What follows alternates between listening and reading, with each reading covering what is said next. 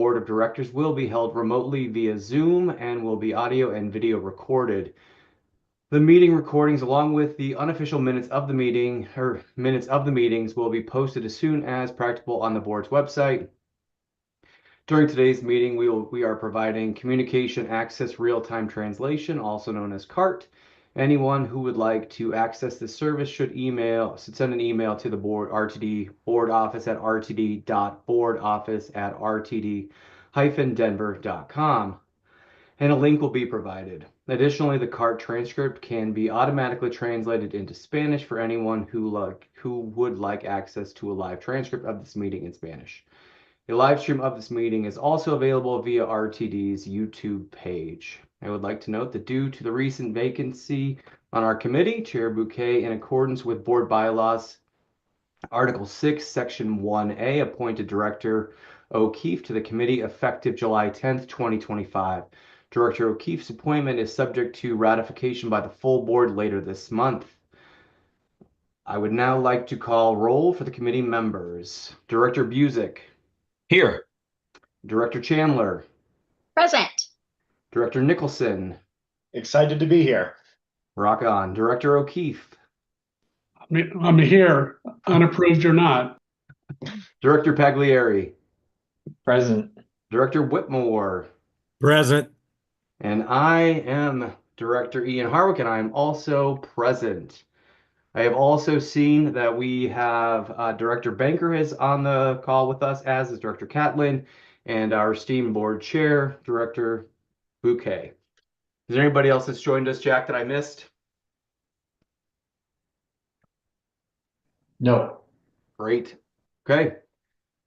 For the record, I see that we have all 7 of us present.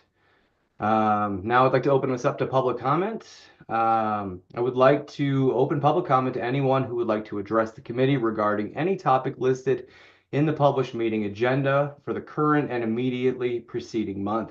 If you wish to speak and have not already done so, please either raise your virtual hand or press *9 on your phone. During this time, the committee will not offer any direct comments or responses. However, if you would like to be contacted regarding your public comment, please email the RTD board at rtd.directors@rtd-denver.com. Jack, do we have any hands raised? Yes, Director Harwick, we have at this time 3 hands raised, the first of whom is from Mary Sanders. Okay. Mary, you, okay. Mary, staff will unmute you, or let's see here, okay. Staff will unmute you when it's time to speak if you're jamming through, please. And, okay. All right, Mary, if you would like to speak, please state your name and then you may proceed. Yes, hi. My name is Mary Sanders. Thank you for allowing public comment. I wanted to make really quickly a public comment regarding the access on demand changes that would go into effect October 2025. I have a few very quick concerns. First of all, they are proposing access on demand to not be available for persons living outside of the service area for Access-a-Ride. That can pose barriers for persons who are using access on demand, who cannot use Access-a-Ride, especially if they live, let's say, a block or 2 away from the Access-a-Ride service area. So I just wanted to make that, and also really quickly with the pricing, that's going up a bit higher than it should be, especially it's higher than Access-a-Ride. So I wanted to make that comment as well. Thank you so much for having me, and I'm finished. Thank you. Mr. Kroll? Yes, next we have Tim Keenan. Tim, you have 3 minutes.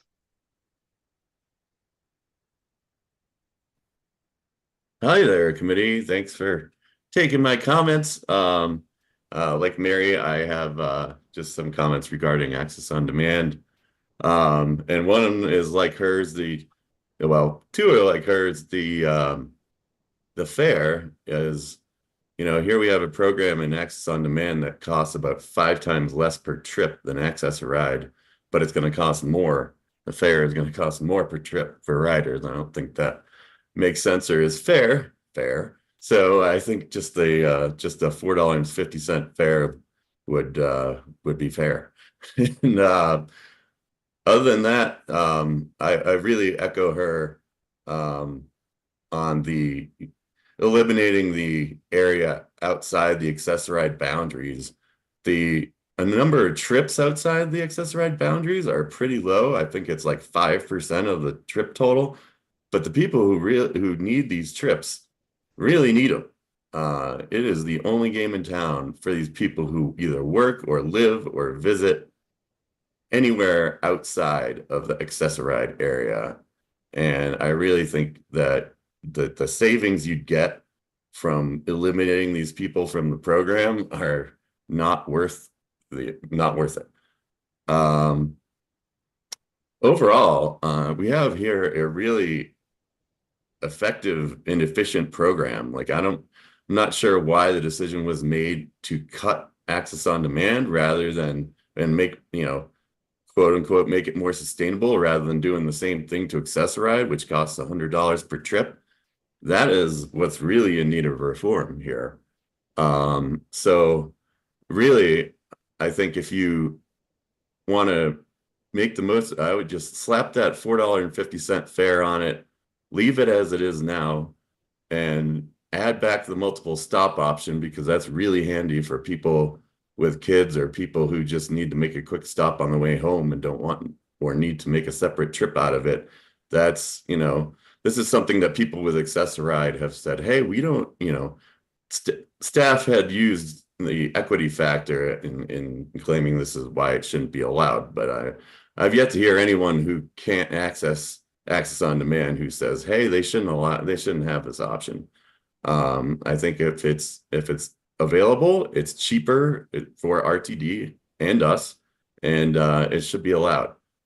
So overall, just slap on that fare and call it one of the most successful, efficient, and effective programs RTD has. Thank you very much. Thank you, Tim. Appreciate it. Next, we have former RTD Director Jamie Lewis. Former Director Lewis, if you would please state your name and then you may proceed. Also, Good thanks evening. for joining us tonight. Thank you. Good evening, directors. As stated, my name is Jamie Lewis. I am the Transit Advisor for the Colorado Cross Disability Coalition. July is ADA Celebration Month. It is a time to reflect on the improved treatment of people with disabilities and also an opportunity to search for ways to fill in gaps of services that still do not exist. If one were to focus on transportation, there is no doubt that efforts in Colorado, specifically RTD, would have to be recognized. From providing ramps in the 1980s, to providing Access-a-Ride, to demanding redesigns of trains for more space, and to providing a discount fare to those who have low incomes, and using the resources during the pandemic to deliver food and medicines, RTD has been a leader in our nation. This is RTD's legacy. Tonight you have a chance to mold a policy that makes Access on Demand the envy of the other transportation districts throughout our country, providing a system that meets or in some cases exceeds customer needs and, in addition to, is offered at an equitable price, will set the benchmark for the nation to follow. Please help RTD lead in this area of paratransit and alternative transportation for our disability community. Thank you. Thanks, Jamie. Appreciate it. Next, Sarah Lee. Okay. Sarah, if you would please state your name and then you may proceed. Hi, I'm not sure if you can see me, but yeah, Sarah Lee. I'm a member of the APAC Access-a-Ride Passenger Advisory Committee, and also I work with Boulder County on helping people find sustainable and accessible transportation. I just wanted to say one more time that the $6.50 fare for Access on Demand is way too high for a lot of our people that we serve. A lot of us, including me, who has a disability, are a little bit concerned about it. We're a little overwhelmed on how to apply for Live. That's super overwhelming to people on the spectrum or people that have to deal with a lot of bureaucracies. And then also the access on demand multiple stops were very helpful and good for safety, and it would actually be cheaper to have those reinstated, if not now, maybe in the future. I think that's, oh, and also Imagine and other providers like Easter Seals, they do cover the price of tickets for Access-a-Ride for a lot of our customers or a lot of our residents. And I'm one of those. And so I wonder if there's some way that they can help cover the Access on Demand voucher, because the free part of it is one of the only reasons why some people can use it to get to work and from work, different things like that. And I would agree with the gentleman that spoke before, the 5% that really need that out of the RTD service area service. That's why they're using it, is because they need it. So I hope that they will be able to use that in the future. Thanks for having us speak. Thank you. Take care. Mhm. Mr. Kroll, do we have anyone else? Yeah, I see at this time 2 additional hands raised. The next from Zachary Dreiser. All right. Zach, if you would please state your name and then you may proceed. You'll have 3 minutes. Good evening. My name is Zachary Dreiser. I hope that all is well with everyone, and thank you for the opportunity to speak in support of Access on Demand. I want to let everybody know I split some time between you guys and Phoenix, where we have a similar program, and I am definitely understanding of the cuts in service and stuff, and I would like to propose a $4.50 per trip cost, and the resuming of the stop option. That is something we actually don't have here in Phoenix right now, so that would be quite helpful. And I do want to echo what everyone has said, that under 10, maybe under even 5% of the trips are outside of Access-a-Ride areas. So I would strongly oppose the significant cuts that I have been reading about, because I do not feel that they would be in our best interest as folks with disabilities. And thank you very much. Thank you, Zachary. So at this time, I'm seeing 2 hands. One shot up just recently. The next is from Dave Barr. Dave, if you would please state your name and then you may proceed. You'll have 3 minutes. Hello there. I should like to also add my, this is Dave Barr. I'd like to add my concerns for the Access on Demand program. And I'd like to try and frame it a few different ways and hope to adjust things in this way. You seem to have lost my timer, so tell me when I'm up.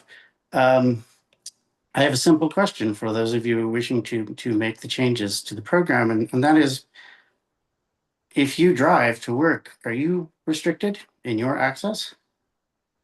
Are you given a time that says you can only go to the grocery store from 9 to 1? And sorry about that.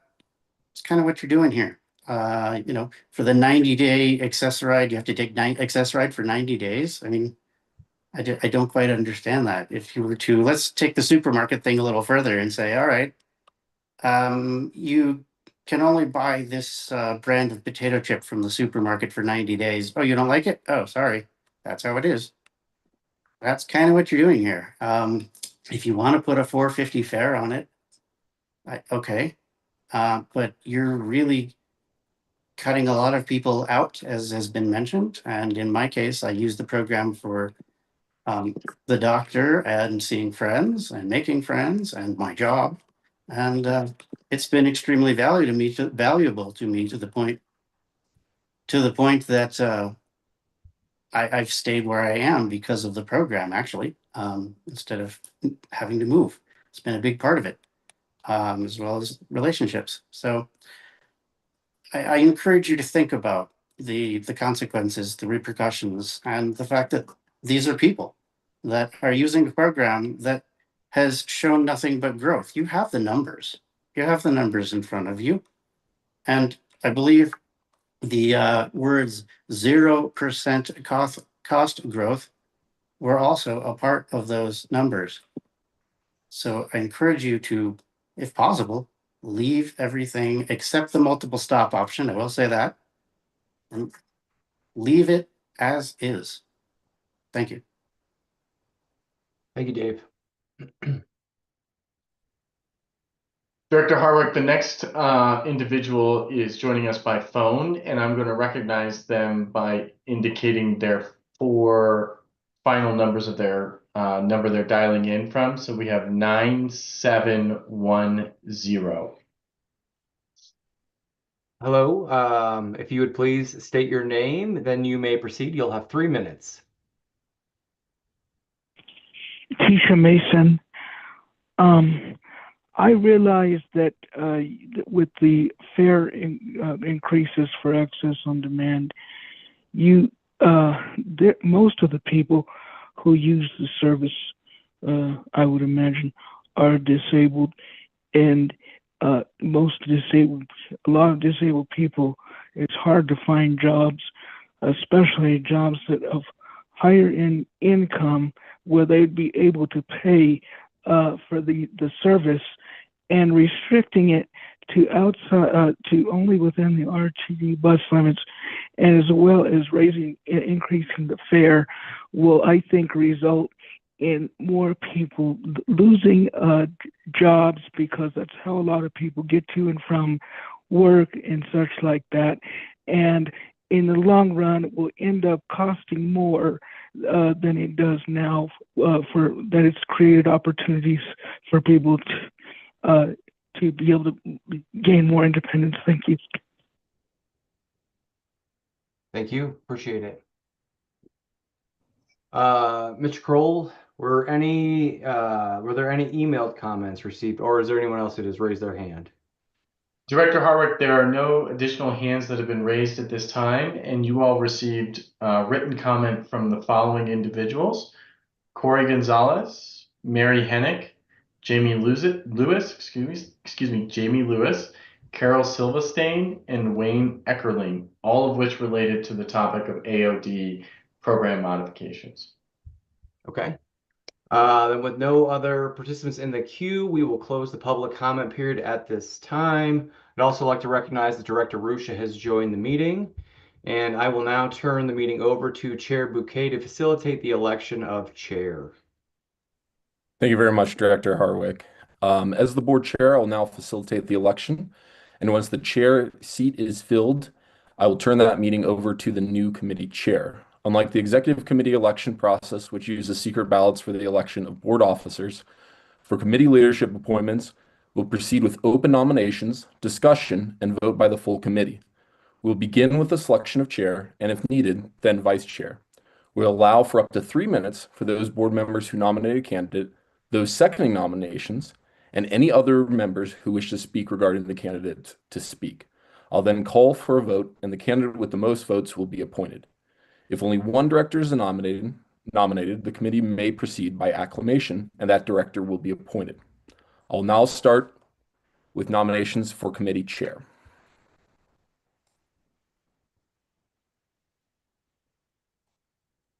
Director Busick. Thank you, Mr. Chair. I nominate the vice chair of the committee, Ian Harwick.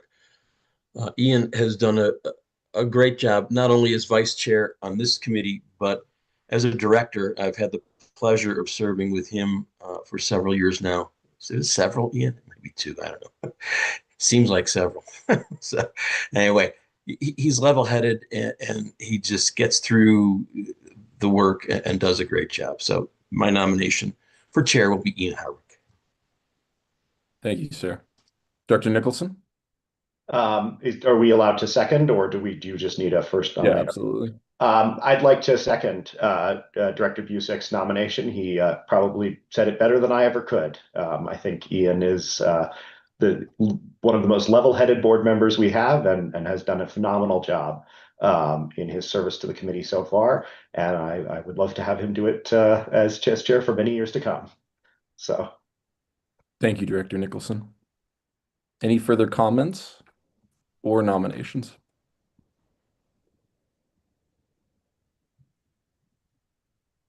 Director Risha? Thank you, Mr. Chair. For whatever it's worth, Vice Chair Harwick also gets my vote of support. But anyway, he was a great vice chair to work with and is a solid leader, a hard worker, doesn't complain much, and tries to drive consensus. Emphasis, though, on hard work. There's a lot of work that goes into this job that's often unrecognized. There's an extraordinary amount of hours, and I can't remember a time when Ian didn't show up with me. So you will be in good hands with Director Harwick. Thank you, Director Rusha. Thank you for the kind words, Director Risha. Any further nominations or comments? Okay, with seeing only Director Harwick as being nominated as the committee chair, I will ask if anyone is opposed to appointing Director Harwick to the position of committee chair by acclamation. Please raise your hand if you're opposed. Okay, seeing none, congratulations, committee chair Harwick. So, as the former committee vice chair, Harwick has now been elected as the committee chair. I'll now ask for nominees to fill the vacancy for the committee vice chair position. Are there any nominations for vice chair? Director Nicholson. You're on mute, sir. thank you. Sorry, bad habit. I'd like to nominate my fellow board member, Director Kathleen Chandler, to be vice chair of this committee. In the months that Director Chandler has been serving on OSS, she has proven to be insightful, thoughtful, deliberate, compassionate, and engaged. And I think that she will be a phenomenal partner to Chair Harwick in leading this committee through the end of the year. Thank you, sir. Are there any further comments for Director Chandler or any further nominees for vice chair? Yes, Director Busick. Thank you. I agree with Director Nicholson, but I really think that in this time when we have so much more work to get through by the end of the year, it's important that we have someone that's got some experience behind them to help us get through this difficult time. And because of that, I'm going to nominate Troy Whitmore, who used to be the chair of this committee and has proven himself to be rational, reasonable, transparent, and straightforward to help us get through some of the difficult work we have ahead. Thank you. Thank you very much, Director Busick. All right, so I have Chandler nominated and Whitmore nominated. Director Pagliari. Thank you. I would like to second my support for Director Chandler. Since joining the committee, she has proven to be a reliable and hard worker, attentive, and been a great support for an initiative that her and I shared at the beginning of the year. And when I had a high workload, she was able to take on more work on my behalf, and didn't complain about it, just got stuff done. And so I think that she'd be a great vice chair of this committee. Thank you. Thank you very much, Director Pagliari. Candidates, would you want to take this opportunity to speak? No. Oh, yes, Director Chandler. Well, thank you. On behalf of the committee of OSS, I appreciate the nomination. I do feel like that would bring a good balance to the committee. I've also gotten to know Director Harwick, and I really think I could come and help support him in this journey. To committee member Busick's point, I have not been on RTD very long, but I think I've proven my ability to get things done, to work, and to collaborate well. And so I think I can more than do the job and support Director Harwick, Chairman Harwick, as he goes along. And I would like to grow into that position as well. So I think I would do a good job, and I hope I can garner your support. Thank you, Director Chandler. Director Whitmore. Good evening, all. Thank you for the opportunity to speak briefly. I appreciate Director Busick's nomination. As he mentioned, I've served on this committee most of my time during my six plus years with RTD chair last year and vice chair a couple of terms prior to that, and willing to step forward to help in the remainder of the meetings this year. This is a little bit of a last minute candidacy, and so I apologize for the lack of knowledge being shared with the rest of the group. And I certainly agree with all the nomination accolades for Director Chandler. She's off to a great start as a board member and a leader. So hope there's no angst within this situation. It's always clumsy with these kind of elections. Anyway, for what it's worth, that's my piece, and I think it's best that we go on to the election. Thank you, Director Whitmore. Any further comments for either candidate? Okay. Seeing none, I do see we have, Director Harwick.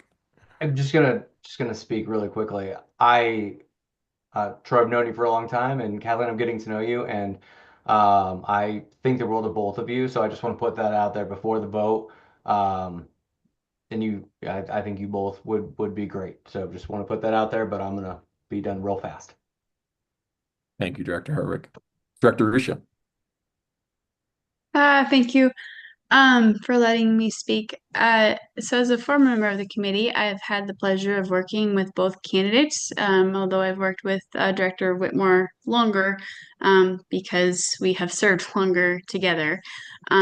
He was an excellent chair last year, and I think that being very familiar with our work plan and what is coming up next, primarily paratransit legacy protections, AOD. Both candidates have clearly expressed interest and have worked on this issue. But as a person who was on this committee for ADA reasons and to work on paratransit issues, I personally feel that right now having steady leadership in somebody with experience is what's needed. We have one shot to get this right. And this is not a knock on the other candidate, simply just a note that Director Whitmore does bring a significant amount of experience as it relates to paratransit and was also there when we launched our AOD program. So he's been there from A to Z and understands it very, very well. I've often considered him a thought partner. And as a person who will be following along what the committee does on this issue, I hope that that is also taken into consideration. It is the biggest piece of work that OSS has left of the year. So I will end my comments there, and whatever happens, I wish the team the best. Thank you. Thank you, Director Risha. All right, we're seeing no further comments on this. I again see we have Director Chandler nominated, as well as Director Whitmore as committee vice chair candidates. And with the opportunities provided to the candidates and their supporters to make their respective cases, I'll now proceed to call on each committee member in alphabetical order for their vote. As I call your name, please state the name of the nominee who you'd like to support. Please state their last name. Director Busick. Whitmore. Director Chandler. Chandler. Director Nicholson. Chandler. Director O'Keefe. Chandler. Director Pagliari. Chandler. Director Whitmore. Whitmore. Director Harwick. Sorry, Troy. Chandler. All right. So thank you with 5 votes, I see Director Chandler will be now your committee vice chair. So congratulations, committee vice chair Chandler, and thank you, Director Whitmore, for throwing your hat in the ring, and thank you all for your very kind and courteous comments. All right, now that my election duties are complete, I will now ask the newly elected committee chair, Harwick, to take over for the rest of the meeting. Thank you very much, all.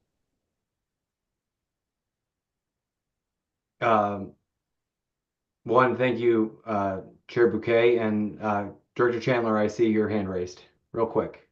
Well, first of all, I want to thank Director Whitmore for throwing his hat in the ring. It's not easy wanting to be in position of leadership within RTD, so I appreciate that. And if you don't mind, I will call on you if I have questions. I would like to be collaborative in all that we do here. So by no means is this just going to be me helping Director Harwick, but this is going to be a collaborative effort, so I appreciate it. Director Whitmore.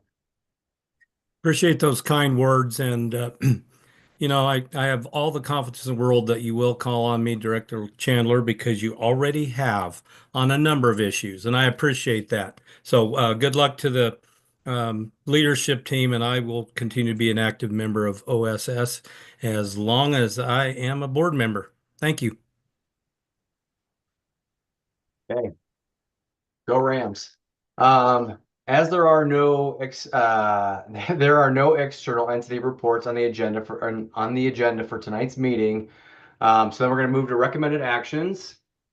With 4 key recommended actions before us tonight, we will aim to address each one with both diligence and efficiency. The first action is for the August 2025 Title VI Service Equity Analysis. For the Board of Directors to adopt the Title VI Service Equity Analysis Report for the August 2025 service change to comply with federal laws, regulations, and guidelines related to Title VI of the Civil Rights Act of 1964. Do we have a motion? So moved. Whitmore. Director Whitmore, I hear Director Whitmore. Do I have a second? Second, Pagliari. I hear Pagliari is the second. I would like to ask Martin Romero, Transit Equity Manager, Carl Green Jr., Director, Civil Rights, and Jesse Carter, Senior Manager, Service Development, to present this item to the committee.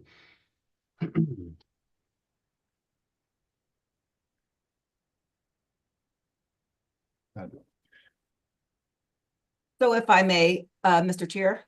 Oh, I don't know. GM, okay. Yes, so thank you Go very ahead. Thank you very kindly. Greetings all. Deborah Johnson, General Manager and Chief Executive Officer. Recognizing the equity analysis is firmly aligned with the proposed service changes that we have put forward for the August service change that take place on Sunday, August 31st. At this juncture, we will have staff, specifically those in the Office of Civil Rights with Transit Equity, present the elements relative to the service equity analysis that was conducted. I will yield the floor. Mr. Romero, I believe you're going to start as we go forward, and the presentation is coming up. So we will go from there. Thank you very kindly. Thank you. Good evening, Board Chair Hardwick and members of the board. So as introduced, my name is Martin Romero. I serve as a Transit Equity Manager. Tonight, I'll be presenting on the August 2025 Title VI Service Equity Analysis. And to give you some context and quick background, as a federally funded transit agency, RTD must comply with civil rights requirements, including Title VI of the Civil Rights Act. Our board adopted Title VI program ensures that our services remain fair and accessible for all communities. And the FTA requires us to conduct a service equity analysis for any major service changes. And so presenting this service equity analysis for August fulfills those federal requirements under Title VI and FTA guidance. Next slide, please. Okay, so an outline of what I'll be covering during the presentation. I'll be covering the policies and methodology that guides our work in completing the service change equity analysis. I'll go over the results, both route level and system level, and then I'll cover our public outreach effort and finally go over the analysis conclusion and recommendation. Next slide. So Title VI policies include our major service change policy, as well as our disparate impact and disproportionate burden policies. So for simplicity, I'll be referring to disparate impact and disproportionate burden as DI and DB throughout the presentation. Next slide, please. Okay, so one of our policies, the major service change policy, defines a major service change as any 25% increase or decrease in service hours, route miles, service span, or frequency for a route or a line. And this applies whether the change occurs all at once or accumulates over a 36-month period. Additionally, implementing, eliminating, or discontinuing a route also qualifies as a major service change. And for this round of service changes, there is a total of 58 changes across bus routes and rail lines. Of these, 9 routes met the criteria for a major service change. Next slide, please. Okay, so our DI and DB policies ensure that major service changes do not disproportionately impact equity populations compared to non-equity populations. And for reference, equity populations includes BIPOC, so Black, Indigenous, people of color, as well as low income populations. So specifically, these policies state that for a service increase, equity populations receive no less than 10% of non-equity populations. And for service reductions, equity populations receive no more than 10% of non-equity populations. So therefore, if we have a potential DI finding, we proceed only if there is substantial legitimate justification and no alternatives with less disparate impact exist to achieve the program goals. So for a potential DB finding, we consider modifications only when practicable. Next slide, please.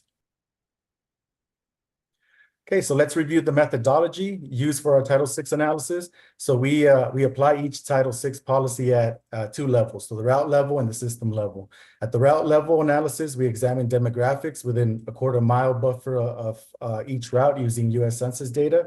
And this helps us understand how the proposed change will affect the population living closest to that specific route that are more likely to use that route.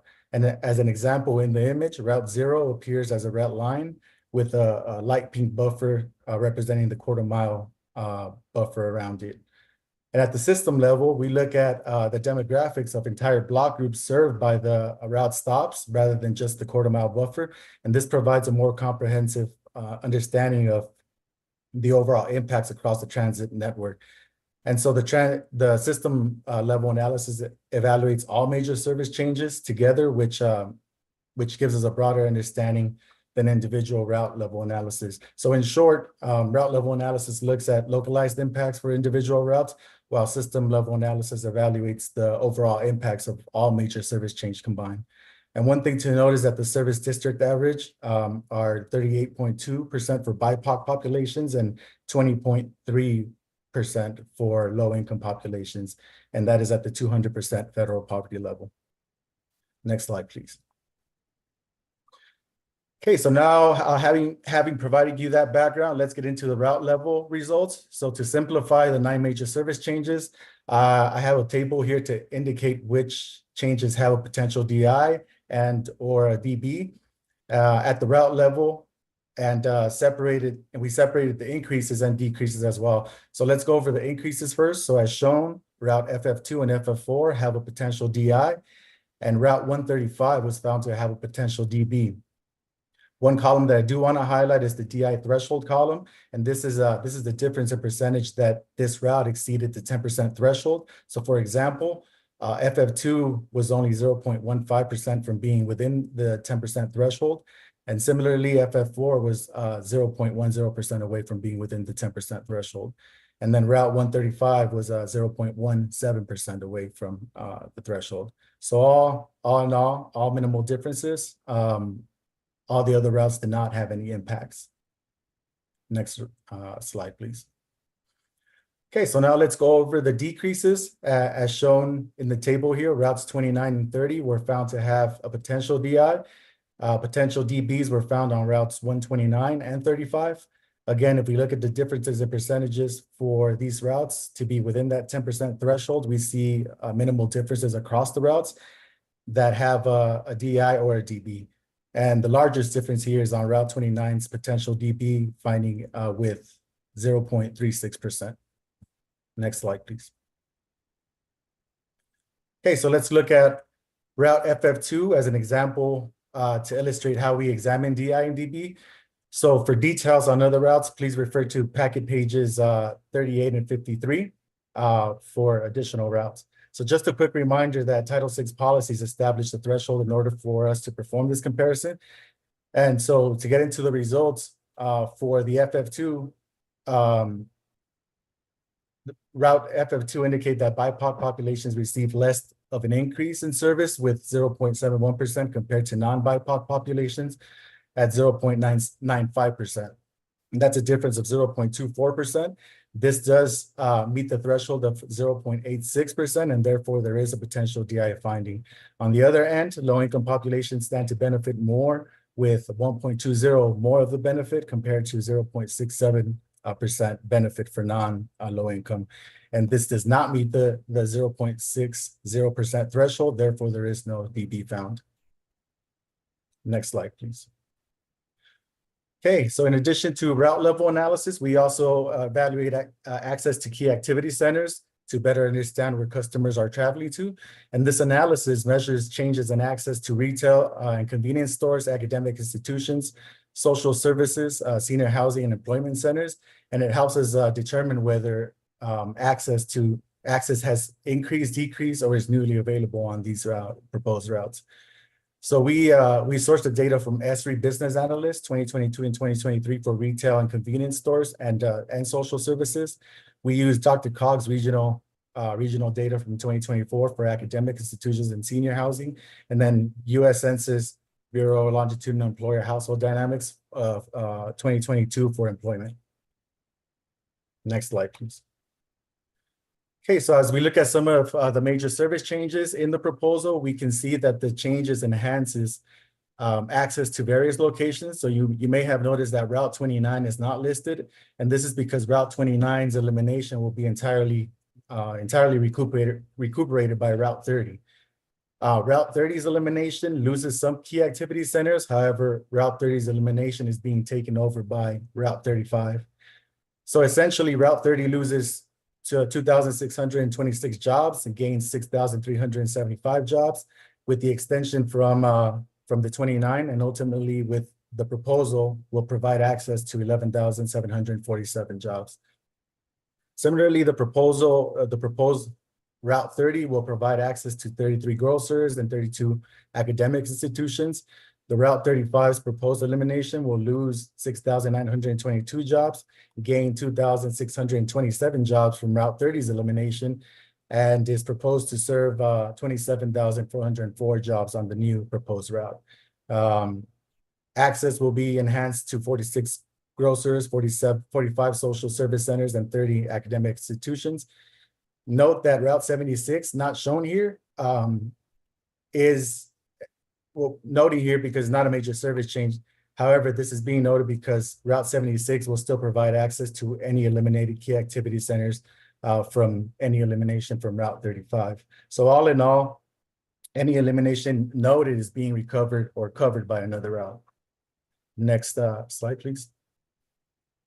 Okay, the remaining routes will also improve access to key activity centers. Some notable examples include Route FF2, enhance access to more than 52,000 jobs, 47 social service centers, and 12 academic institutions. Route FF4 enhances access to nearly 103,000 jobs, 35 grocery stores, and 96 social service centers, and 12 academic institutions. And then routes 36, 135, 327, and LX2 also provide improved access to multiple key activity centers. Next slide, please. Okay, so now let's shift into the system level result. And as a reminder, the system level result is a measure of the net impacts of the changes that are as opposed to route level. So we also analyze the results by separating the increases and the decreases to obtain the system level results. And so let's first go ahead and take a look at the impacts for increases. So BIPOC populations tend to benefit more compared to non-BIPOC populations, so 7.58% versus 5.28%. The difference here is 2.3% in favor of BIPOC, which does not meet the DI threshold of 5.28%, and so there is no DI here. Low-income populations stand to benefit more compared to non-low-income populations, so 9.32% versus 5.69%. That's a difference of 3.63%, which does not meet the DB threshold of 5.12%, and so there is no DB found here as well. So now let's go on to the decreases. Next slide, please. Okay, so for decreases, BIPOC populations receive more of a burden compared to non-BIPOC populations of 0.85% versus 0.70%. The difference here is 0.15 in favor of non-BIPOC, which does meet the DI threshold of 0.77%, and a potential DI is found. And then low-income populations receive more of a burden compared to non-low-income populations, so 0.82% versus 0.74%, difference of 0.08%, which does meet the DB threshold of 0.81%. So again, minimal differences between comparative groups. Next slide, please. Okay, so as it relates to service changes, outreach and public engagement is just as important, as it is a requirement that we inform the public, specifically equity populations, and give them the space to provide feedback. I'd like to highlight that the communications and engagement team and the service development department partnered to hold 2 virtual public hearings and 1 Ask a Service Planner virtual meeting, and those happened on June 16th and June 17th. Next slide, please. So additionally, outreach efforts included a comprehensive bilingual strategy coordinated by the marketing department. This involved creating social media content and in-service assets for both Spanish and English. Our community-based organization partners assisted in distributing information to 735 community members through 19 in-person multicultural events. Public relations issued 3 news releases in English and Spanish to regional media outlets, and they also published to Read and Write. And direct communications via email were sent to 32 community-based organizations through the Communications and Engagement Department, while the ADA office forwarded details to 10 affiliated partners and centers. Next slide, please. Okay, so to conclude, our analysis indicates that Title VI concerns are minimal and do not raise concerns about inequitable distribution of benefits, and the percentage DI to threshold differences are also minimal. The route level findings indicate that 5 out of 8 increases provide more of a net benefit for BIPOC and low-income customers, and 2 out of the 3 decreases provide less benefit for BIPOC and low-income customers. However, the differences are minimal between the 2 comparative groups, and the adverse effects are being minimized or mitigated. Next slide, please. Okay, at the system level, there are no DI or DBs found with the service increases, but there are DI and DB findings with the service decreases. So again, here we see minimal differences between the comparative groups, and the majority of adverse effects are minimized or mitigated. Overall, there are significant benefits for BIPOC and low-income customers with the proposed changes, specifically with the major service changes proposed. Next slide, please. Okay, so this brings us to the end of our presentation and fulfills the FTA requirements for board awareness and consideration of the equity analysis.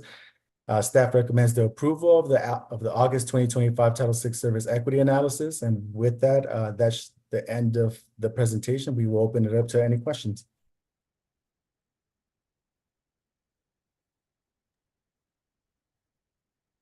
Director Nicholson. Thank you. So I have a question. Sorry. Hold on a second, Director Nicholson, real quick. Before we start, I'm just gonna let everybody know I'm gonna have a 3-minute cap on speaking, and we're gonna shoot for 2 bites at the apple. So I'm gonna try to really run this pretty thoroughly. So again, I hope that everybody can hold to the 3 minutes to start and the second bite of the apple. So let's try to keep it there. If you need a 3rd bite, it better be really, really amazing. So Director Nicholson, you have the floor. You have 3 minutes. Thank you. So I have a question in 7 parts. I'm kidding. I think it was a fantastic presentation. I learned a ton from you guys over the process, and I'm a big supporter. So thank you for all the work you put into it. Really excellent. Director Pagliari. Thank you, Chair. When you say 2 bites of the apple, do you mean only 2 people? You want No, fewer? I mean like if you have a second question, like how Chris normally has 7 questions. Okay, I get it. Thank you. But I do have a comment. I just want to say thank you very much for this presentation, and the work you guys have put in going through this whole process. It has been rather rewarding to learn about this. Thank you. Appreciate that. Thank you. This is a new record. Does anybody else have any questions?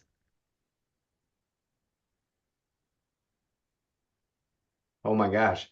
Okay, then at this point we are going to take a vote. Do I have any no votes?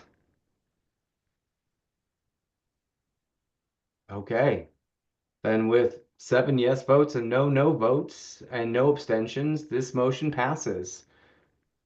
Okay, second action for this evening. For the Board of Directors to approve the August 2025 service change as revised and summarized in Attachment A, and to authorize the General Manager and CEO or her designee to execute contract amendments as necessary for private operators impacted by the service changes. Do we have a motion? So moved. Second, Busick. Okay, I heard O'Keefe and a second with Busick. All right, and now I would like to ask our GM and CEO, Ms. Deborah Johnson, and Jesse Carter, Senior Manager, Service Development, to present this item to the committee. Thank you very much, Mr. Chair. Before I yield the floor to Mr. Carter, as I was stating with the previous item, recognizing that our service changes, we have been able to add additional revenue service hours following tenants put forward in the branded system optimization plan that serves as a short-term comprehensive operation analysis. We have been diligent in the work that we have done, recognizing the various needs and with a laser-like focus on activity centers. You just heard from Mr. Romero, who shared how our work units have been coordinating in tandem to ensure that the information was put forward in a diligent fashion and that we were taking into consideration historically disenfranchised customer segments. With that being said, I will yield the floor to Mr. Carter to give highlights relative to those service changes, and especially what we anticipate seeing going forward with the change contingent upon your vote that would be effectuated August 31st. That also takes into consideration light rail modifications to accommodate our service delivery model as we look at rail reconstruction in the downtown core. With that, Mr. Carter, I will yield the floor to you, sir. Thank you. Thank you, CEO Johnson, and thank you, Martin, for your review. That was actually very good, and it's always great working with the Civil Rights Division. Looking at the August 2025 service change, we had several notable changes that were related to the SOP, those being the South Federal routes 29, 30, 31, 35, and 36. We also had recommended changes, increasing service frequency on the Route 135 on Smoky Hill Road, increased service on the FF2 and US 36, reintroduction of the FF4 going to Boulder Junction and Civic Center, and also reintroduction of the LX2. Along with that, we have recommended changes to the light rail service. One of the most notable changes would be truncating the H line at Southmore Station. And we heard a lot of comments. So we did, as Martin had mentioned, we had 3 public hearings and opportunities to take public input, and received quite a bit of comments coming from the public regarding the light rail changes, and also some comments regarding Route 34 and 38. However, as we go through and continue to analyze things that are in the service change, we did find that the Route 34 and 38 service change has to be postponed at this time because of the terminal actually not being ADA accessible, and that's something we certainly want to make sure is in place. So we are going to, again, postpone that. That is an SOP change and is something that we want to do because we think it will enhance access to that part of the community. With that, I believe those are the comments that I would need to make at this point in time, and I would either turn it back to CEO Johnson or open for questions. Nothing further from me, sir. I will yield the floor to the chair. Okay. At this time, I would ask those directors who have questions or wish to speak to raise your virtual hands, and I will call on you in turn. Again, we're going to have 3 minutes. And Director Chandler, I see your hand up. Yes, I wanted to say thank you for the service changes on Route 135 up Smoky Hill. That's where I live. That's the edge of the bottom of my district is actually Smoky Hill Road. That is amazing that you've been able to change that because it is a growing area. We have a lot of opportunity out here. So I really appreciate the service changes because that frequency is really a big deal.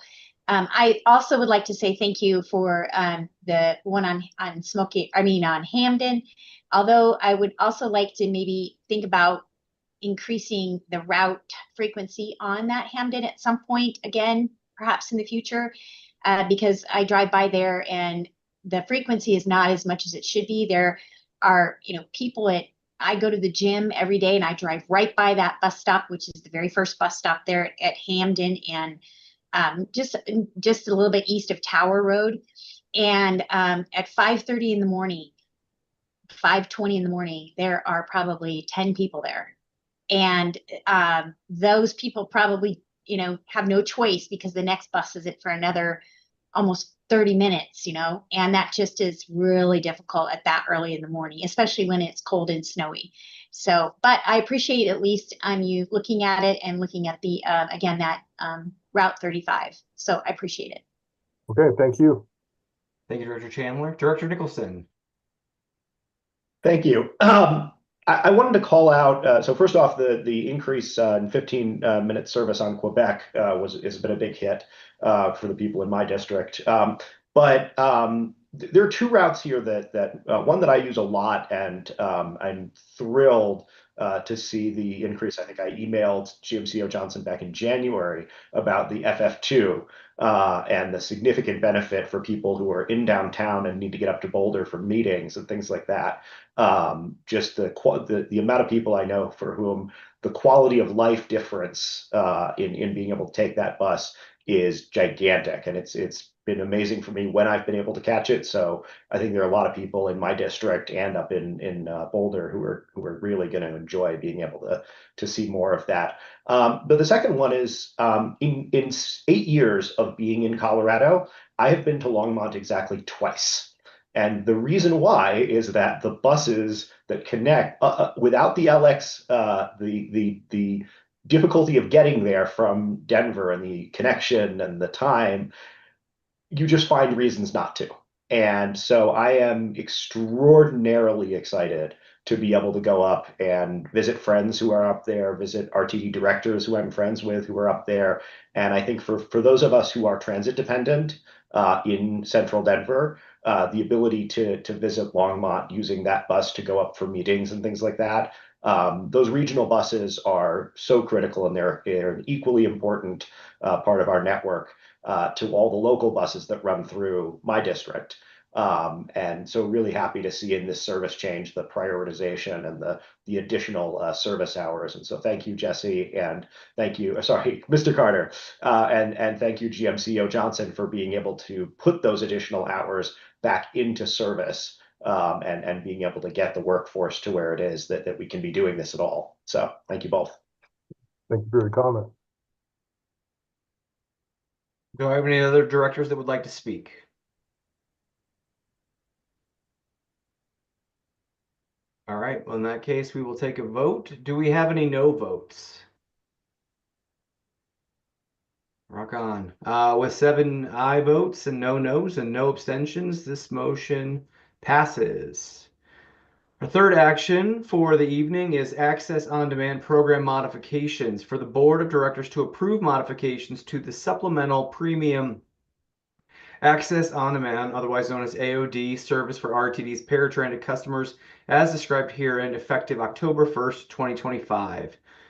Before I take a motion here, I know there's a couple, there's thoughts on this. There's some people that want to put forth some changes.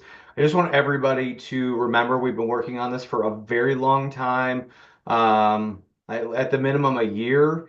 And, obviously there's a lot of community members that this impacts on a daily basis. So there's a lot of people, on both sides, staff that have worked really, really hard on this, board members that have spent a ton of time thinking about this, trying to help usher this along. And I just really want to set the tone of let's just, remember that everybody here is all fighting a really good fight for something that's very important for a group that we, have, really, worked well with in the past, and let's continue to do so tonight. So with that in mind, do I hear a motion?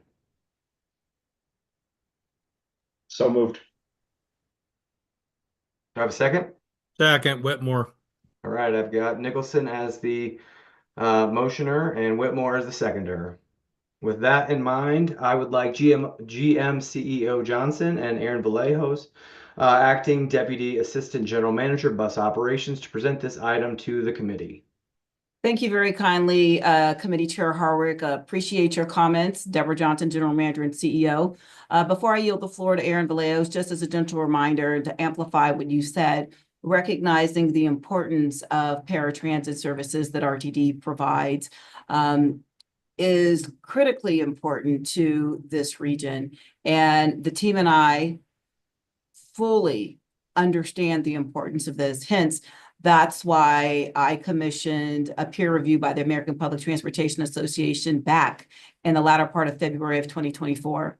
And engage with a multitude of different advocacy groups and stakeholders, and with many of you one-on-one, and having dialogue as we move forward. Keeping in mind that what we are seeking here is some guidance and support from this body, recognizing that it is our responsibility to be good fiduciaries. We are very amenable to what the board decides going forward and can engage on those fronts from a financial capacity vantage point. Keeping in mind that in the various presentations that we have put forward, I have made it clear that we were seeking guidance from all of you, hence the subsequent agenda item that we have before us tonight, recognizing that we will have to do contract extensions to our current service providers relative to delivering these programs. And the reason why that we've been in this precarious position is due to the fact that we didn't have any clear-cut direction relative to any modifications coming forward with the program. So appreciate you all leaning into this critical topic, and this will put us in a space where collectively this body can align around the path forward. While we have received comments from you, at this juncture, what we put forward as staff is what we heard at the last presentation, recognizing that there were disparate viewpoints, and we're seeking alignment quite naturally for the betterment of the constituencies in which we serve. So with that, I will yield the floor to Ms. Vallejos to go through the presentation, and look forward to hearing your robust discussion as it relates to the supplemental premium paratransit program that this agency has branded as Access on Demand. Thank you very kindly. Ms. Vallejos, the floor is yours.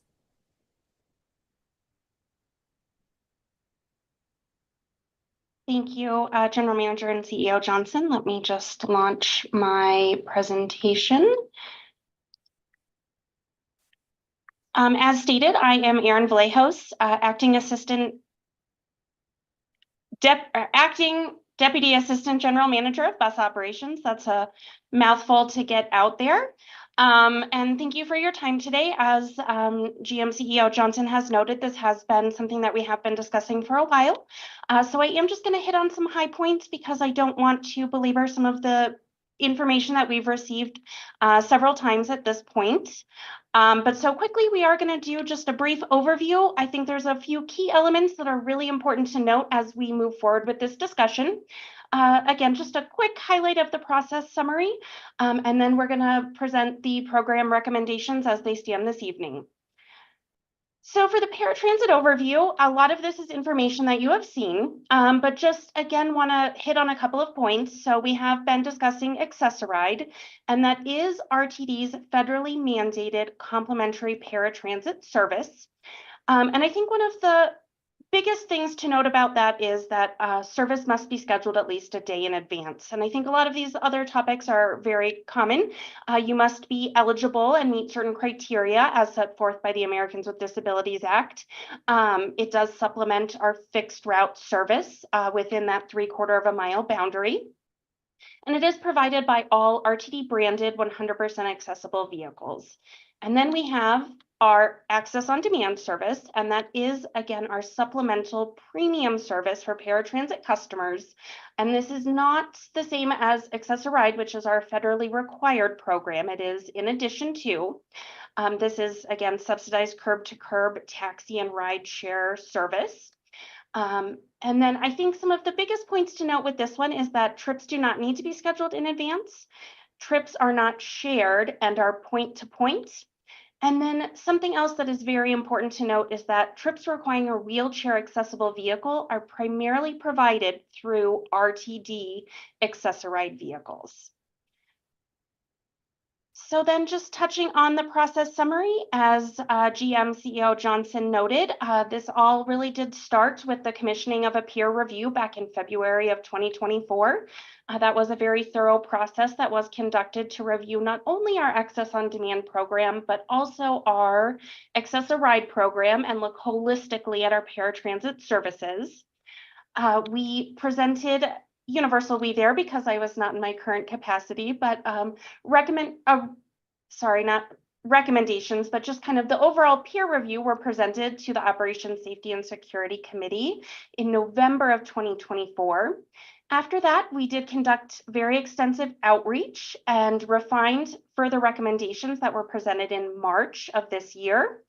Again, we went back and refined the recommendations further and then came back to the board in May. And now here we are today with some additional recommendations that we are putting forth for consideration of the committee. And then just to highlight on the outreach summary that we did between October and the recommendations we brought forth in March, there were multiple virtual in-person meetings.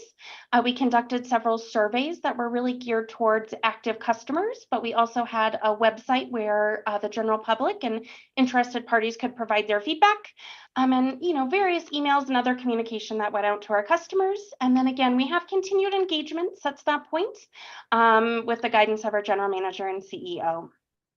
So just to note, we have come back with, again, various recommendations that we have revised along the way. We have seen the fare recommendation be revised as we have refined this process. Our initial recommendation was at a $4.50 fare, but with those recommendations, there was a lower trip cap. For the March recommendation, it was at 40 trips per month.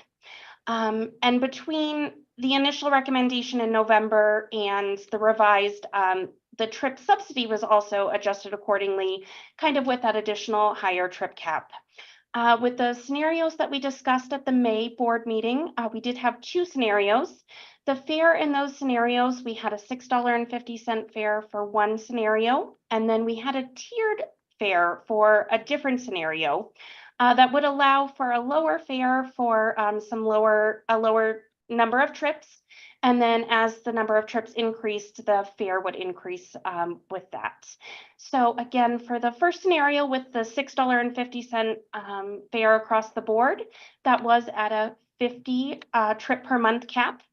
And then with the tiered approach, we did propose increasing the trip cap to 60 per month. The subsidy for both of those recommendations remain the same at $20. And then I do want to note in all of these scenarios, staff has proposed mirroring the current Access-a-Ride service area and service hours, and that has remained consistent, and we will touch on that a little bit further. So now the program recommendations that we are presenting today. We have proposed the trip cap at 60 trips per month. That has been a lot of feedback that we have received and heard that customers would like to see a higher trip cap. we are proposing the fare at $6.50. Also important to note that this fare is LIV eligible. So if customers qualify for the LIV program, their fare would be $3.25. We are proposing a $20 per trip subsidy. And then we are proposing to mirror still the current Access-a-Ride and service area and hours. And so this is going to result in approximately about a 36.5% savings. When we did the analysis, we were estimating about $5.6 million for the yearly impact.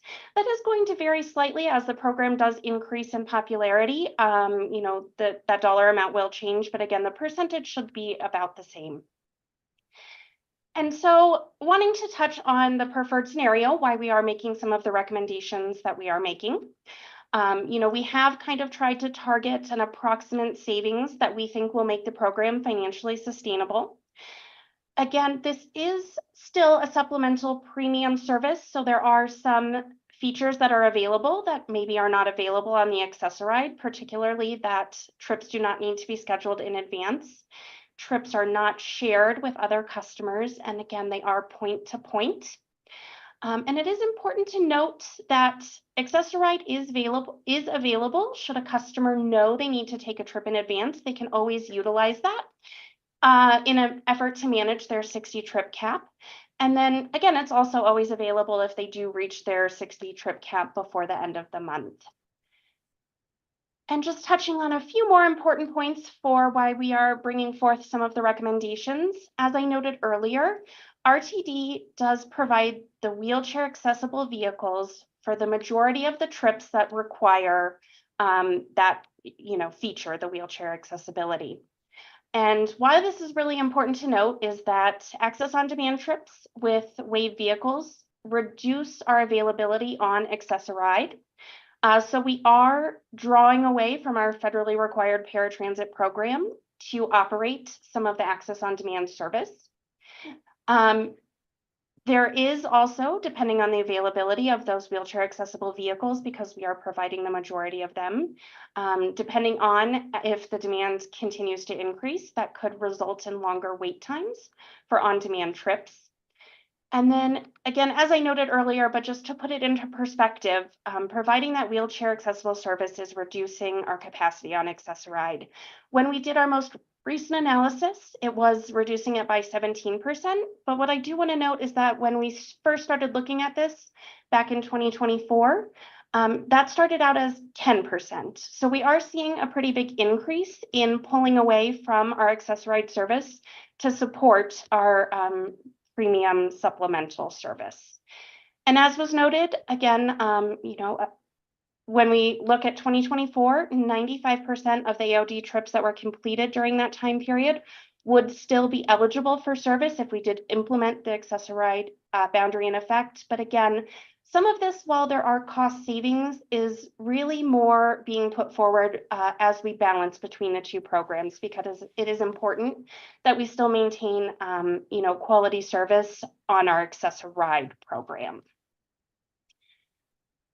And so proposed next steps, we are here today presenting to you as the OSS committee. Provided that this is advanced forward, we will be looking for board consideration at the July 29th meeting. Provided the outcome of that, if modifications are approved, we will be looking to begin implementation in August. And then no changes would go into effect until October 1st. And the reason for that is that there is going to be a pretty extensive outreach. Customers are going to need to not recertify eligibility for Access-a-Ride, but they are going to need to go through the steps to re-enroll in Access on Demand because it is voluntary.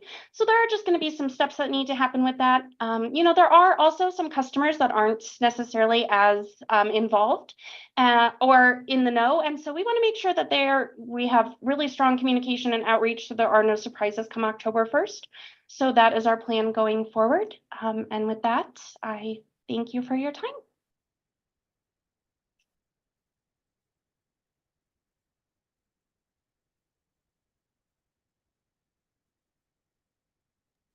Chair Harwick, you are muted. Thank you, Mr. Kroll. I appreciate that. Thank you, Ms. Vallejo. At this time, I would like those directors who have questions or who wish to speak to raise their virtual hands, and I will call on you in turn. I'm going to go with committee members first, and then I will follow up with other directors. And first and foremost, Director Nicholson, you have 3 minutes. Same rules apply as last time. Thank you. I really appreciate the amount of work that has gone into this proposal. These changes are necessary for all the reasons that staff laid out, and they are incredibly thought out.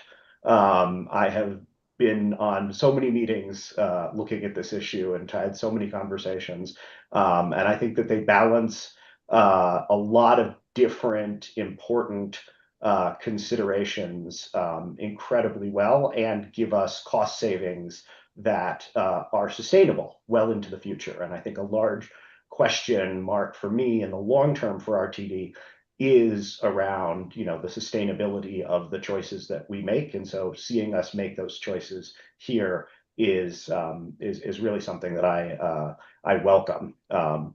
So all that being said, and I will either way be a yes at the end of this conversation. I do think there is one thing that is missing from staff's proposal that would ameliorate what I see as a significant impact to a handful of very important and very underserved communities that we have in the district. There are places like unincorporated Jefferson County, places like Brighton receive very little service compared to the amount of money that they spend to pay for RTD every year.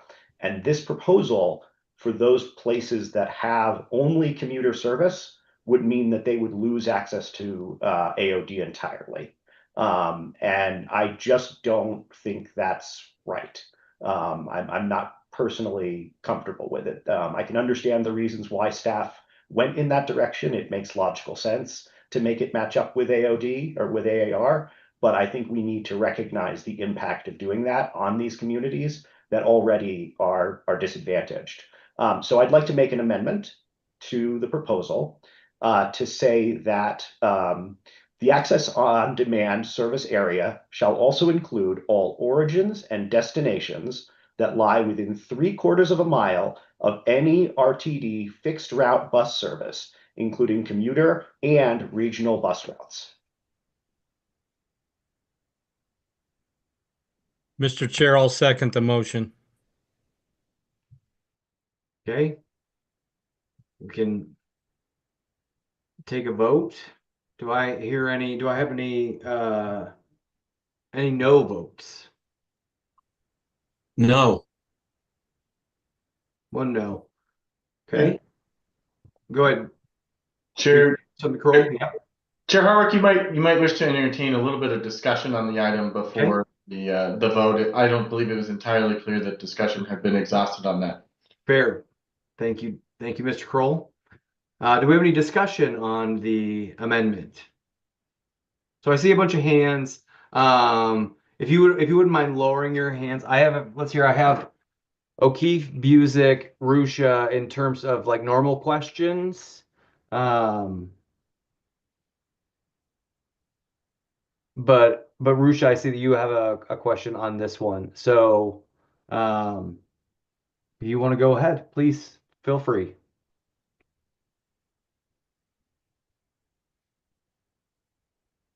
Joanne, Director Rusha. Seems to have frozen.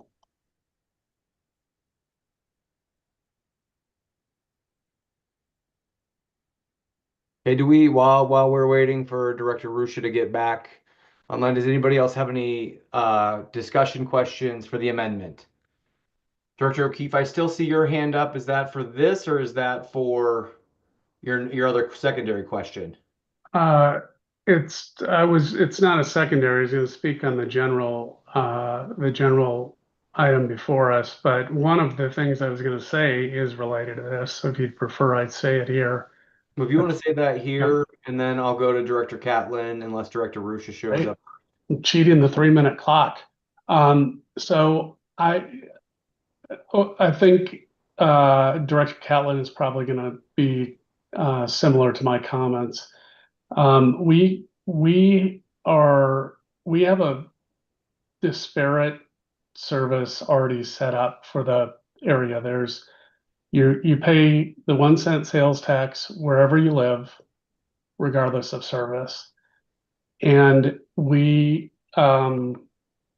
at our finance committee heard about the future projections for the district's finances.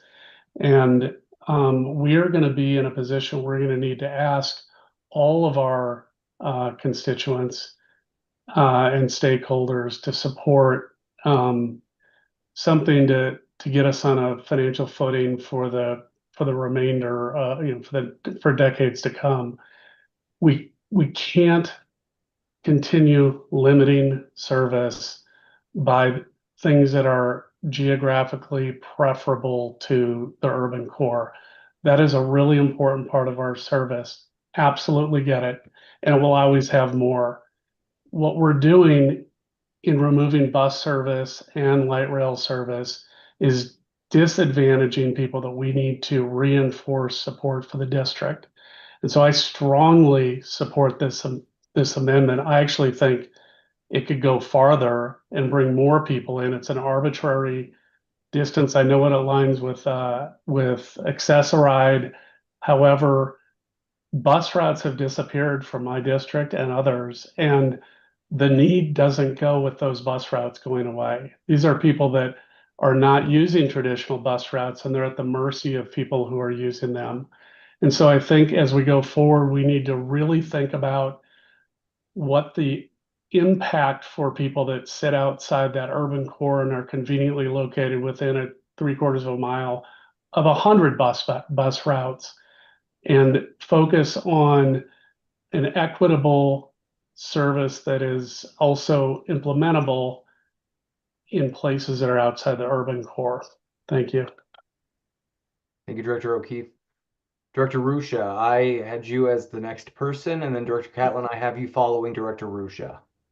Director Rusha, you have 3 minutes. Thank you, Mr. Chair. I actually had a comment on the motion, but I had a clarifying question with the rules.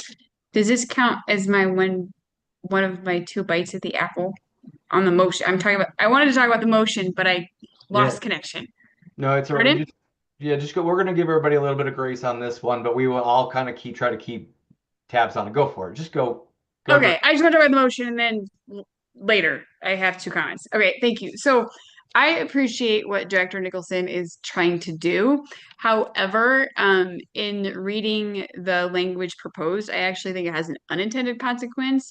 While I can understand the idea of trying to stop some of the bleeding of what staff is recommending for cuts, this will, without getting too deep into it, I think number one, it opens up to legal liability.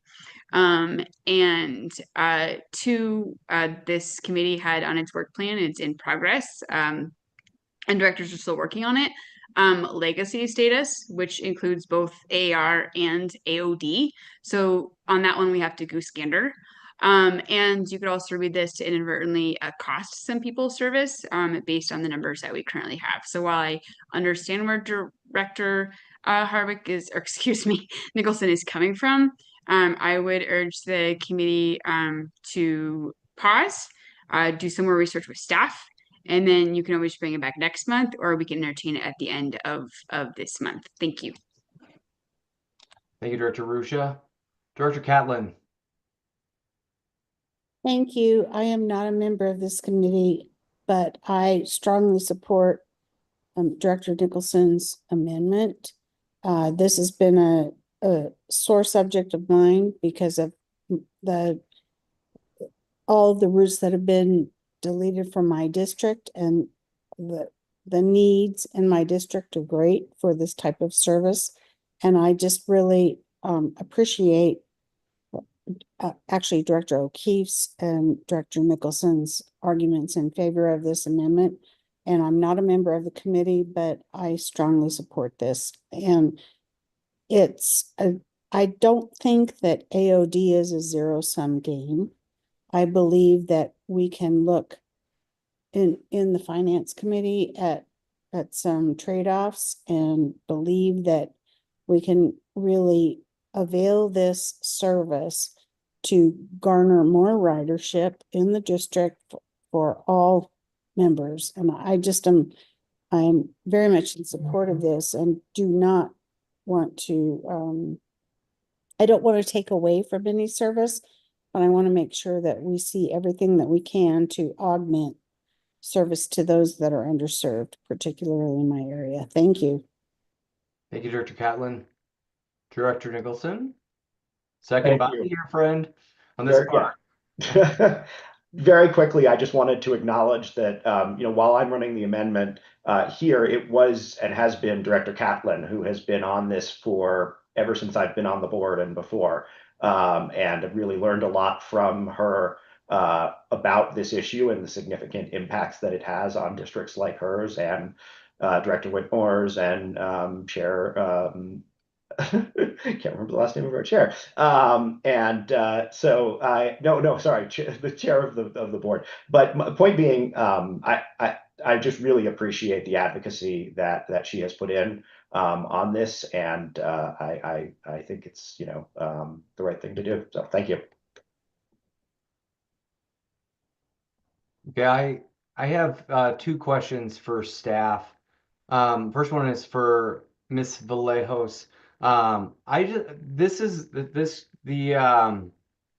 multi-stop. This has been brought up a bunch, and I know that I have asked this question, a different version of this question, and I will set my own timer a few times. But I just want to find out if I know that we do this right now. Oh, sorry, you're right. Sorry, Jack. I will hold. I'm wrong time. Wrong time. But I do have one for Ms. Snyder. Ms. Snyder, Director Rusha brought up the potential for there being some legal action. And I'm just curious, I don't want to put you on the spot, but I'm just curious if you sense that as Director Rusha often hits the nail on the head when we're not expecting it, and when we are expecting it as well. I'm just curious if you can opine about that. Yes, thank you, Chair Harwick. I think that I don't think that this is the appropriate forum for me to give legal advice on this question in order to be able to preserve the privilege. I think that's something that I could advise the board via email. Okay. All right. Appreciate that. Do I have anyone else who'd to discuss this? Director Nicholson? Very quickly, I just wanted to sort of piggyback on that and ask a question of General Counsel Snyder. Have we had in the past times when AOD and AAR had different terms of service, where they had different boundaries or different fares, or has there always been the alignment that we are seeing with this proposal? Because it's my understanding that we have had different boundaries in the past between AOD and AAR. Is that correct? Mr. Chair, if I may, I think it would be more appropriate to defer to our GM and CEO, Johnson or Ms. Vallejos. It's not really a legal question, and I don't actually have the longevity with this program and the different parameters we've had over time. CEO Johnson, you have the floor.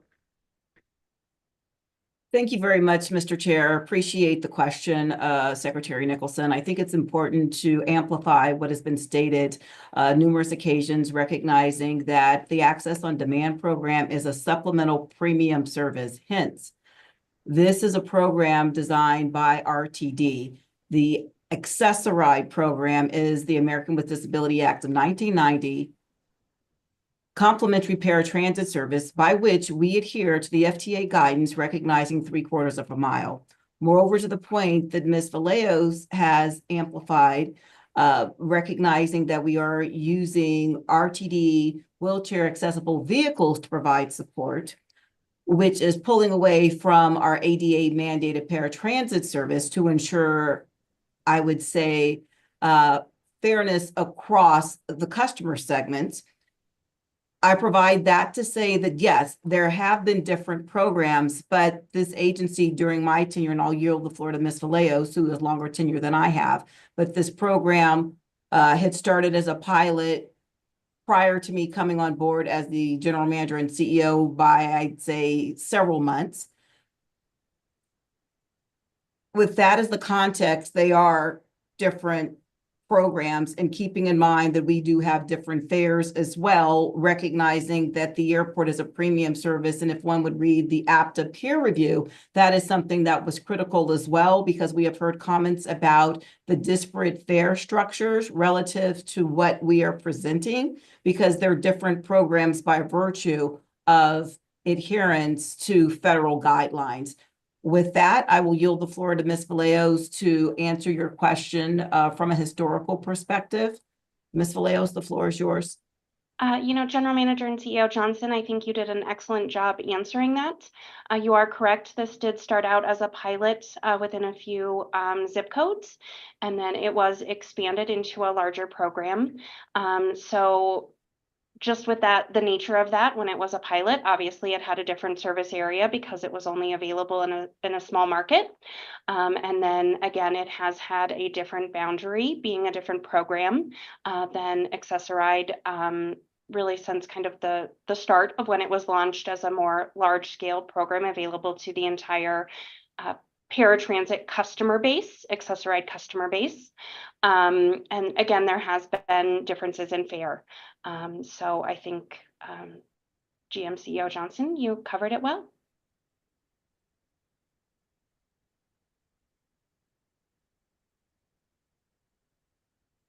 Thank you. Okay. Also, let's see. Director Keefe, I know you also had some other thoughts on this. Do you want to make a motion to change the recommended action? Wait. No, I have comments on the main motion, not that. Okay. Thank you. Okay. All right. With that in mind, I see no more questions. Let's take a vote on the amendment. Do we have any? I know we have one no. So I'm gonna go through a roll call. Director Busick. No. Director Chandler. Yes. Director Nicholson. Yes. Director O'Keefe. Yes. Director Pagliari. Yes. Director Whitmore. Yes. And I am Director Harwick, and I am also a yes. With that, we have 6 yeses and 1 no, and the motion passes, or the amendment passes. Okay. All right, now we had a series of other questions about the initial. Director O'Keefe, you were next on my list. Thank you, Mr. Chair. And I'm going to preface this with just a couple statements. First, I am new to the committee. I do not have an amendment. I'm not presuming to understand the consequences or unintended consequences of amendments right now. I appreciate the fact that all the time and effort has been put into this. I've been kind of a casual observer, not being on the committee, and I know it's been a lot. I think that the way I look at this is the budgetary and policy parameters that the board has put some pressure on this program. It's been popular, and so the use and therefore the expense has gone up. And I understand that the board is, responsible for the budgets that we set and approve and the policies that we set and approve. And I think that has constrained the program. I am a no vote on these changes, and there's a few things that I just want to note, and none of these are a criticism of the staff effort or time that's gone into it. I think everything's been well intentioned. First, RTD has always been an ADA leader. We're celebrating that with station namings American ADA month and all these things. I think this is a place where we have a program that can continue to be a leader. Incidentally, it's a technology that we probably need to get familiar with. I think if we went ahead several years, we're going to be dealing with a combination of smaller vehicle trips and larger regional trips. And this is a pretty good way for us to figure out how to do that well.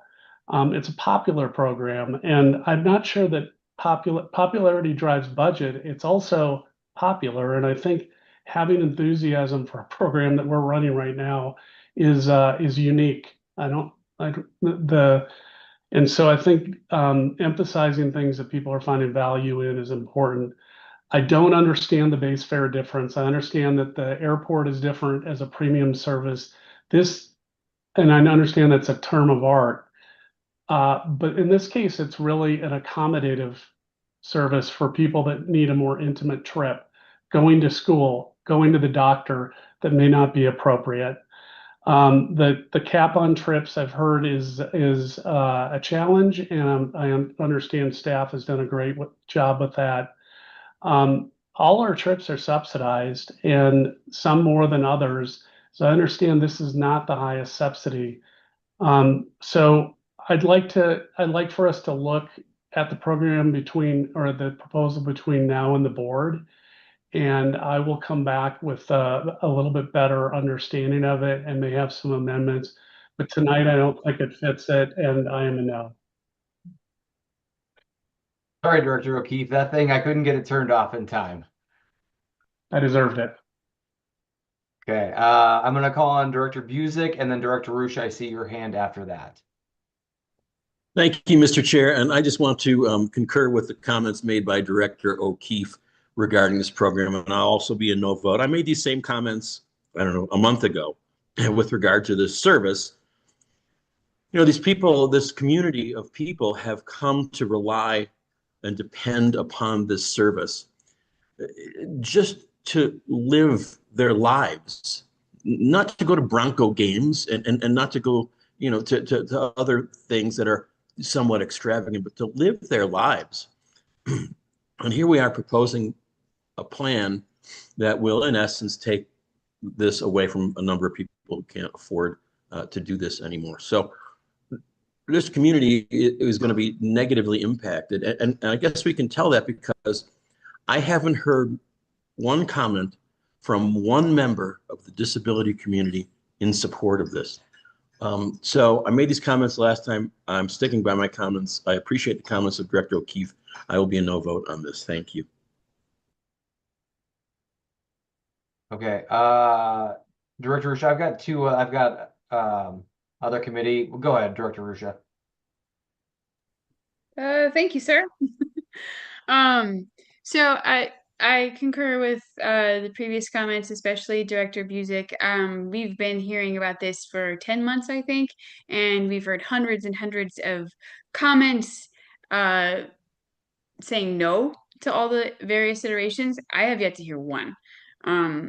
But I also just wanted to note, and I apologize if I don't quite understand our directions or what the apples are the biting of it. But anyway, I'll stand our time.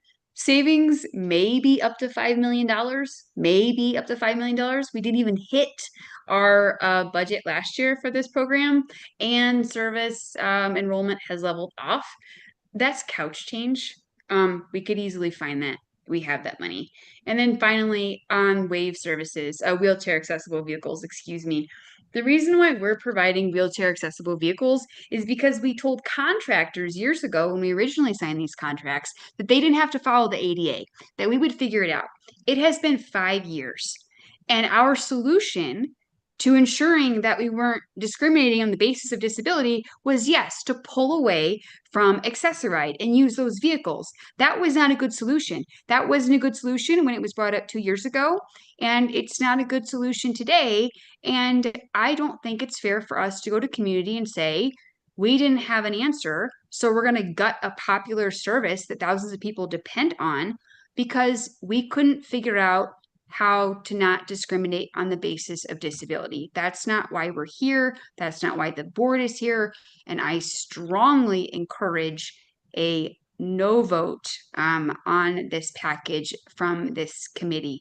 We can continue to work on it, but as it has been said a few times, the only folks that are saying yes are not the ones using the service. Thank you. Director Chandler. Yes, thank you, Chairman Harwick. My question has to do with also that $6.50 fee. What I don't understand is if we're going to make it equal in terms of the geography, the 3/4 mile, then we should make it equal also in the amount that's charged. Only because why are we having that disparity? So I would also suggest that we go back and maybe look at that. I've heard a lot of folks complain directly to me also about that $6.50 charge. And I have offered some creative solutions for maybe other iterations of Access on Demand, because I think it's an excellent program. It offers a myriad of opportunities, but I think we're just not thinking creatively. So I would ask that we, in the future, continue to enhance this program, because I do think that we can make it even better. I think we can do some partnerships, public-private partnerships that would alleviate some of this, so we don't have to gut Access-a-Ride. So I would ask that we would go back and look at that disparity. If we're trying to make them equal in terms of geography, then we should also probably make it equal in terms of the cost, because it is subsidized at a much lower cost than Access on Demand. So for that reason, unfortunately, I too will have to vote no. And I also think that we can go back and be a little bit more creative in some of our solutions. Director Nicholson. Thank you. Yeah, it sucks. We're looking at making meaningful cuts to a program that people depend on, and it's a tough thing to do. We have a fixed budget. We don't get the ability to raise revenue overnight, and we have to make choices and really tough trade-offs between the fixed route bus services we run, the long-term investments we make, the payments on debt. These are all really crappy trade-offs to be making. This is not the last time we're going to have a conversation about this. We're all on this committee. A lot of us will be on this committee next year. A lot of us will be on this committee the year after that. And I think it's perfectly reasonable for us to say, this is good enough now. This isn't perfect. We could probably spend another year on this and make more changes, but we do need to make these cuts. We do need to make this program sustainable. And if we have to come back a year from now and say, okay, well, maybe we lower the fare then. Okay, maybe we change this other thing a year from now. We should do that. We should take a second look. But that paralysis should not stop us from trying to balance the books in a way that is sustainable now. I've seen government put off bad decisions, hard decisions, too many times in my life. And you're just like, why can't you make the hard choice? Why can't you take the time and swallow hard? I'm going to get yelled at, I'm sure, from activists here in Denver for voting yes on this. I have no question in my mind I will get hate mail, because it is a crappy thing to do to people. But it's also our job to do crappy things some of the time. And so I would encourage people to vote yes. I think staff has worked incredibly hard on this. They have spent an ungodly amount of time. They have talked to everyone as often as we wanted. They have answered my questions and everybody else's as often as we wanted. And I just think we owe it to respect the amount of work that has gone into this and to do the hard thing. So I'm a yes, not a happy yes, I'm not going to celebrate at the end of this, but we've taken the time to make the decision, and it's time that we make the decision. So yeah, I'm supportive, yes. Okay, I don't see any more questions right now, so I'm going to go real quick. I'm going to go back to the question that I was asking at the wrong time previously. So Ms. Vallejos, I have a question about the multi-stop. I understand that we can't do it right now, but to Director Nicholson's, what he was just saying, if in the future everyone, Lyft, Uber, and the taxis were all able to do the multi-stop challenge, we would sort of clear that definition of equity. Would we then be able to allow multi-stop trips if everyone did it?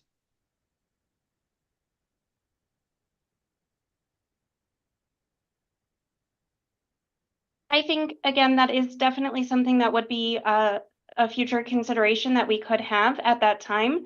As Director Nicholson has said, there is opportunity down the road to revisit this. I think I was on the Finance and Planning Committee yesterday when someone noted that just because maybe a decision is made at one time, and this was relative to our FISA account, doesn't mean it can't be revisited at a later date. And so I would use this as another example of a similar situation where, just because changes are made today doesn't mean there's not an opportunity for discussion or, to revisit a topic down the road. But I see GM CEO Johnson would like to speak, so I would like to defer to her. GM Johnson? Yes, thank you very much, Committee Chair Harwick. I do support the comments that Ms. Vallejos put forward. I think it's very important to understand that we need to define what our program is going forward, because we would have to put out a solicitation contingent upon the ready available service providers. It's contingent upon what they are able to do relative to the decision and the policy guidance that is provided. So while we can conjecture and speculate about what may be occurring now, I would be remiss not to state the item immediately following this is coming full circle because of the tough decisions around our fiscal responsibility. And more so, I just want to manage everyone's expectations because I support the very tough decision and the deliberations that are taking place. But I would be remiss if I didn't state that you'll be hearing back from us most likely in the fall, because we will need additional monies to be allocated to this program, recognizing where we currently stand. And it will be a trade-off as we look at our budget going forward. While I know this program is critically important, we'll be making those tough decisions along with you relative to what does that mean when we've had questions from a myriad of you, recognizing bus bridging when we have maintenance work to do. Do we need 50 more operators for fixed route, or do we want to expand this? So I just offer that up, not to seem as if I'm being an obstructionist or obstinate, but I think it's my responsibility to put forward to you that we will most likely be coming back in September asking for additional funding to be allocated for this program, and then making those decisions as you all deliberate over the budget and what that may look like as relates to where we currently sit with our financial outlook for the next year and into additional future years with our 5-year financial forecast. Thank you. Thank you. Director Chandler, I see you. I'm just going to finish my my little bit of an opine. Everyone, I know there are some no votes. I know that there's some concern around the 650 versus the 450. But also, like, we really do need to get this to the finish line. And so I would really like, and especially if Director O'Keefe is going to bring something later on at the end of the month, I really would encourage us to vote yes on this and give us the opportunity to see what that amendment looks like then. And then we can make a decision as the whole board about how we want to proceed there. But like, this is something, we've been deliberating on this for quite some time, and it's really time. We need to move this forward. It's time. I know there's still a little bit of nuance here and there, but really we need to get this across the finish line. So thank you. Director Bouquet, I see you. So I'm gonna let you jump, and then Director Chandler, I will call you after our chair speaks. It's just echoing what you just said, Committee Chair Harwick, of moving this forward. I think, again, is as difficult as this is, and as there's conversations going forward, that bringing forward this to the full board is more than appropriate for all 15 members to look and vote upon this. So even though you might, view this as a yes to move forward to the full board, you have every right to vote no as a full board decision as well. So just wanted to echo those remarks. So thank you, Committee Chair. Thank you. Ms. Vallejos? And sorry, just quickly, I should have mentioned this when I was giving my presentation, but I am happy to make myself available to answer any questions or sit down with anyone. Please, definitely include GM CEO Johnson for her situational awareness. But I did want to make that offer to anyone on this committee, but also the board as well, because this is a very important decision. But, Ms. Johnson and I have talked about that, and that is something that I meant to note earlier, but wanted to note that now, given some of the comments. So thank you. Thank you. Appreciate it. Director Chandler. Yes, thank you, Director Harwick, for your leadership. And after consideration, I have worked tirelessly with Ms. Vallejos and CEM Johnson on this project. And, the more I do think about it, the more I recognize that we do need to move this forward. I will be changing my vote to a yes, because we do need to move this forward. I will work with them on additional questions that I might have and additional innovation and ideas, because I think it's very, very important.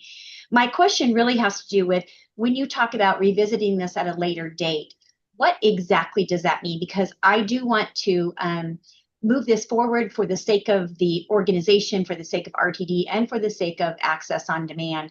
But I also want to be able to revisit this at a specific date so that we can think about that as directors and putting maybe a little finer point on getting some of our own ideas through, like Director O'Keefe is talking.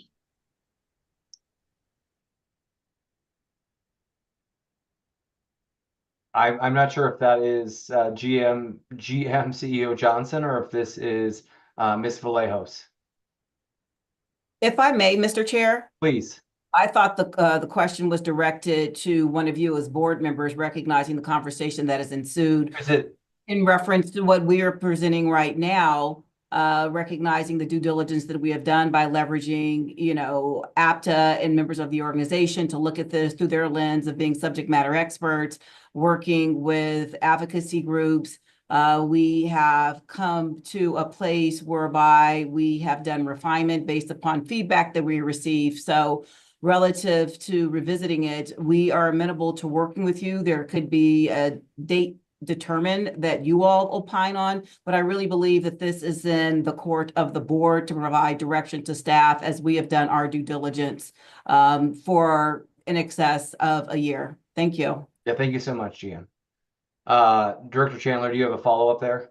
Well, thank you, Ms. CEO Johnson. I think really what my question has to do with is we're obviously talking about the budget that's going to be talked about this next year, and this has a lot of budgetary implications. So I'm really thinking that I was putting pressure on us as a board, as Ms. Johnson alluded to, that we need to have, if we're going to come up with additional suggestions, that it needs to be happening in September so that we can look at it through the budgetary process. But I do agree that we really, even after I don't want to, I agree that we do need to move this forward because we have been working on this for a very long time. I am not happy with the additional cost increase, but it is the right thing to do. So I appreciate that. And I hope that we as a committee and as the full board will take that into consideration when we are looking at the budget so that we can come to a really good conclusion. Okay, great. Director Nicholson and then Director O'Keefe. Yeah, I would just say to Vice Chair Chandler that I am more than excited to work with you next year under your continued leadership on the committee, hopefully, to pursue a reevaluation of some of these questions and concerns. We're making this big change. It's going to have an impact on people. We should take another look at it in July, August of next year for the 27 budget and say, okay, do we need to change something? How is it going? What do we think? And so, yeah, do have an item. I think we should. And then, if we screwed something up, we can fix it. So. All right, Director O'Keefe. I'll be quick. So this is probably a matter of philosophy on committees. I think committees are the place of the jurisdiction of knowledge, with the exception of me as a newbie. And I think it's our responsibility to send the best package possible to the full board. And so I am still a no on this, more out of philosophy of what committees should be doing. All right. I see no more hands, and I know there are no votes, so I'm gonna do a roll call. And Director Busick. Yeah, can't have it both ways. I'm still a no. Okay. Director Chandler. Yes. Director Nicholson. Yes. Director O'Keefe. No. Director Pagliari. Yes. Director Whitmore. Sorry about the delay. I'm a yes. And I am Director Harwick, and I'm also a yes. We have 5 yeses and 2 nos, and this passes. Okay. I gotta find myself. Give me a second, everyone. Okay. Director Harwick, if I Oh yeah, might. you want yes, thank you, Director Kroll. In the interest of our cart, I'm going to give us a break for 10 minutes, and we're going to reconvene at 7:37. So an 11-minute break.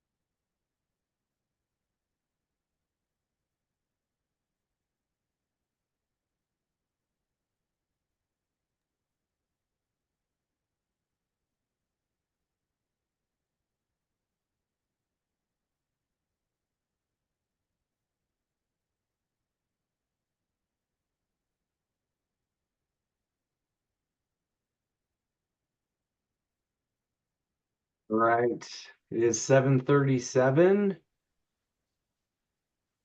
Can we restart the recording and we will move to our last official item? Okay.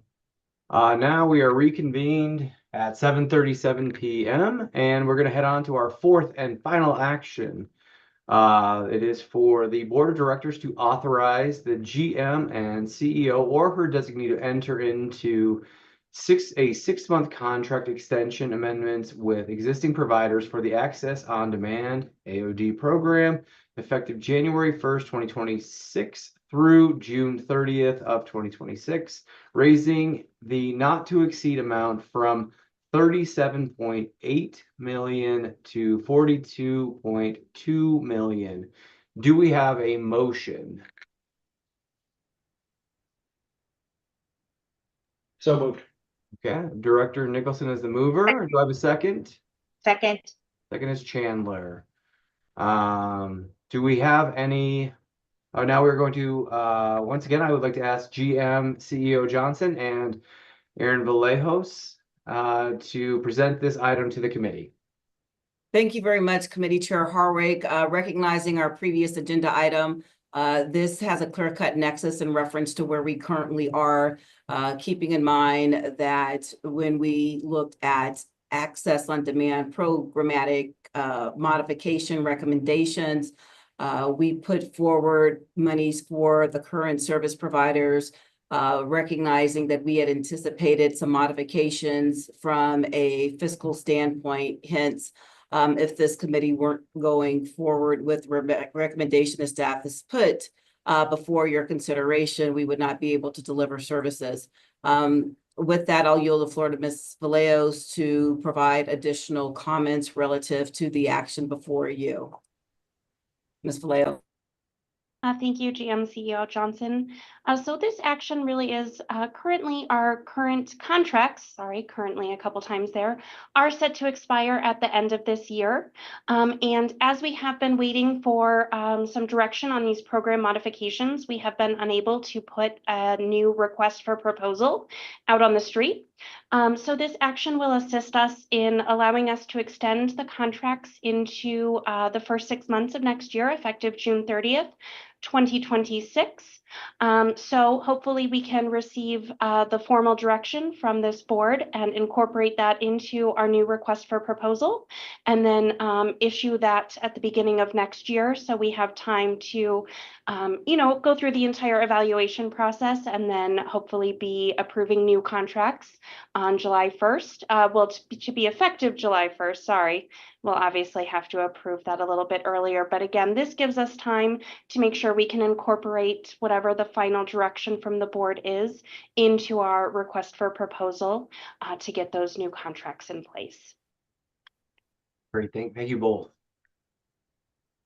At this time, I would ask those directors who have questions or who wish to speak to raise their virtual hands. Excuse me, Director Nicholson, you have 3 minutes. I can do it faster than that. GM CEO Johnson, you mentioned that there will be likely an increase in funding requested later this year to sort of fund the rest of this contract. Can you speak to how much we are expected to spend on AOD this year versus last year? Committee Chair Harwick, if I may. Yep. I will yield the floor to Ms. Vallejos, but I will provide context for why we will need additional monies and the genesis of my comments. When we put forward the budget development, recognizing that in February of 2024, the APTA peer review was commissioned. During the budget development process, an assumption was made that we would have program modifications looking at the high utilization of the program as we move forward, and keeping in mind that there was an assumption that we would have different parameters relative to the availability of said usage. we anticipate supplemental funds. As I don't manage the day-to-day, I will have to yield the floor to my staff to address the specificity around the budget assumption as we move forward. Ms. Vallejos? Thank you, GM CEO Johnson. I would like the opportunity to get back to you on that question, Director Nicholson, recognizing that I did assume my role this year in March of this year. I don't want to misspeak about what our 2024 budget was, so I do want to go back and confirm those numbers. And I see GM CEO Johnson has her hand raised. Yes, so one thing that's important to mention, keeping in mind with the delegation I have, there's a not to exceed amount of the contract, and it's likely too low. Hence, that hopefully gives you some understanding that we would exceed the authorization that was granted to me by this body, and there could be further amendments relative to the not to exceed amount as well. So simply put, there could be 2 rounds of amendments, but we will double back and do our due diligence, recognizing where we are currently. But I just wanted to provide that to you all in the sense that that's what we anticipate due to the fact of the notice. Sorry, I want to say notice to proceed. It's not to exceed amount with the contractual authority that was granted. Thank you.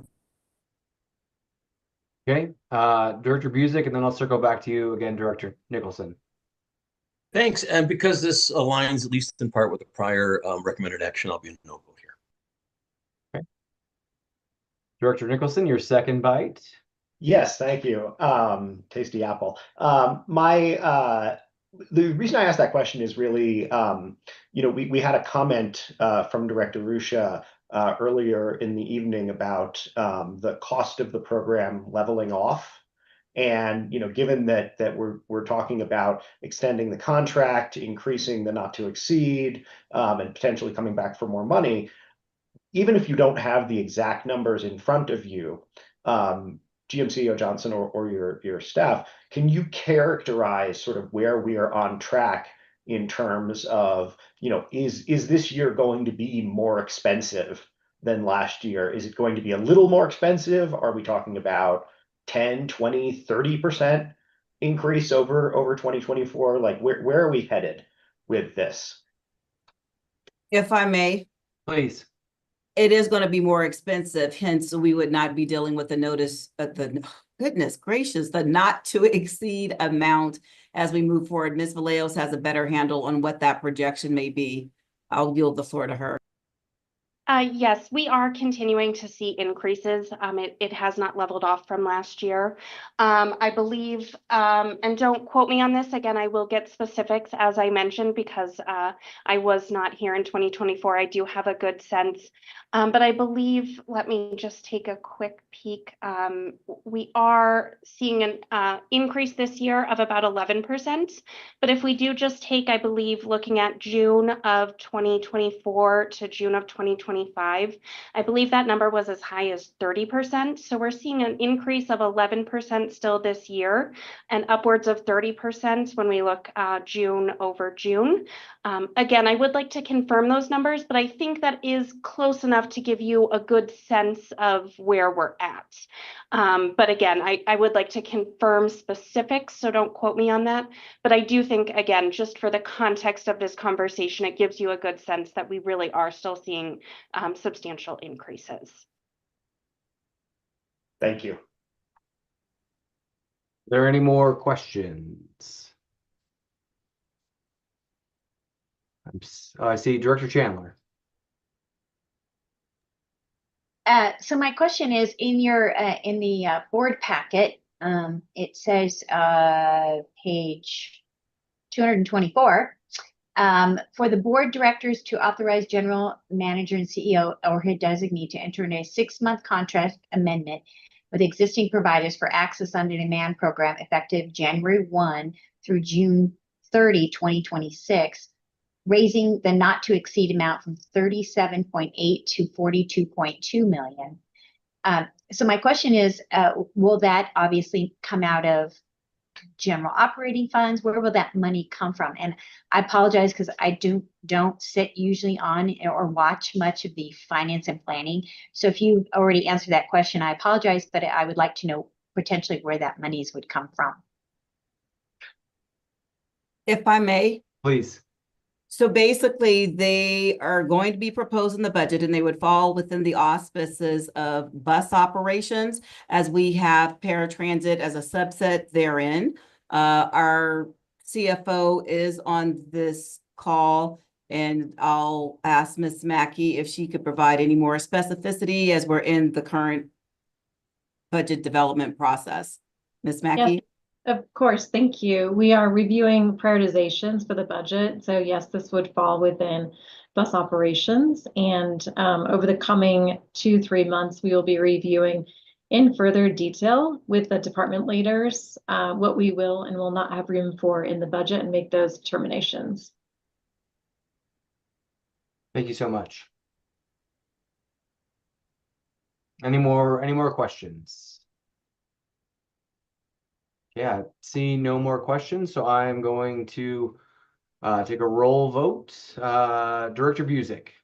No. Director Chandler. Yes. Director Nicholson. Yes. Director O'Keefe. No with Vince. Director Pagliari. Yes. Director Whitmore. Yes. And I am also a yes. So again, we have five yes and 2 no's, and this resolution passes. And now I will.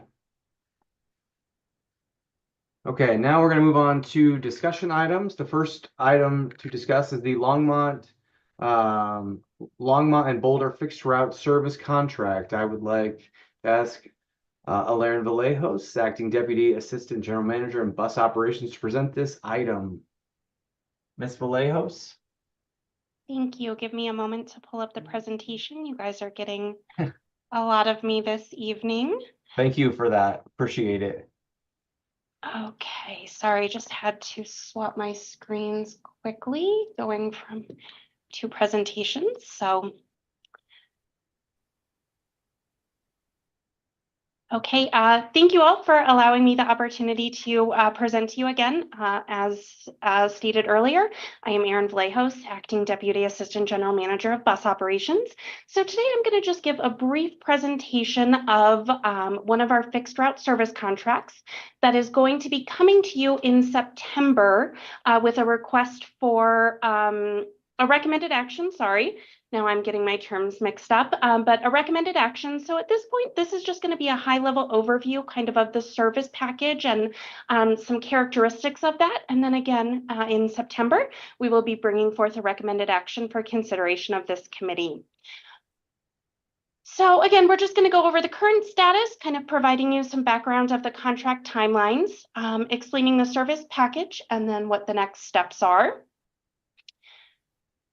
So as many of you are aware, there is pursuant to certain Colorado revised statutes, up to 58% of the agency's vehicular service can be contracted. This can be contracted through qualified private businesses, nonprofit organizations, or local governments.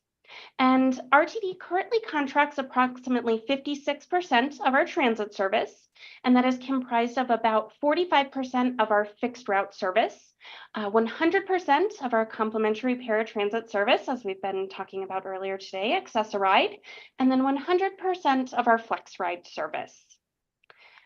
So just to give you a little bit of background about the current contract, this is our contract that is primarily in the Longmont and Boulder service area.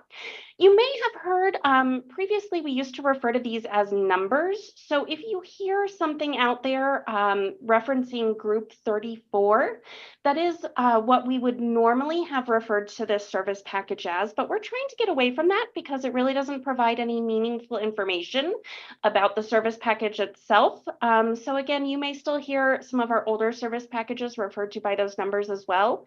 It started out with group 1 and has gone up from there, but again, that really doesn't provide any meaningful context to many people outside of my department, so we are trying to move away from that. So we are in the final option year of this contract. It started January 10th and then will expire January 9th of 2026. We issued requests for proposals on May 7th, and then proposals were due June 17th. So that process has closed. For the new contract, the initial 3-year term will be January 10th, 2026 through January 9th, 2029. And then there are 2 option years that are included as part of the contract. So again, January 10th, 2029 through January 9th, 2030, and the same time period from 30 to 31. And so just to give you a little bit of context about what this service package would include, again, as I noted, this is primarily in our Longmont and Boulder areas of the district. This is we have 4 fixed route contracts. And so this one is our smallest fixed route contract. It would provide approximately 165 revenue hours of service in the first year. This contract would be responsible, as it stands right now, for operating and maintaining 61 buses. And then just to give you an idea of the service areas, because while it is primarily Longmont and Boulder, it does touch other areas. Again, it would be Boulder, but it would also include Erie, Lafayette, Longmont, as we've already noted, Louisville, and Superior, and then the city and county of Broomfield. So again, does touch on quite a few more areas, but primarily in that Longmont and Boulder location. So next steps, as I mentioned, we will be bringing a recommended action for consideration at the September 10th Operations, Safety, and Security Committee meeting. And then based on that consideration, we would be bringing forth the recommended action again to the full board at the board meeting on September 30th. And so with that, I open it up again for any questions. Okay. Director Nicholson. I'm happy to let somebody else go first if You're the only one, friend. There you go. Thank you. So I have meaningful concerns about providing service using third-party contractors.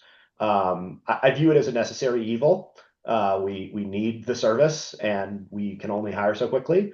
And I don't necessarily think that the folks who are doing it are bad or anything like that. But when you're paying a private contractor to make a profit, when you could be doing it in-house, we should be doing it in-house, but there's challenges there.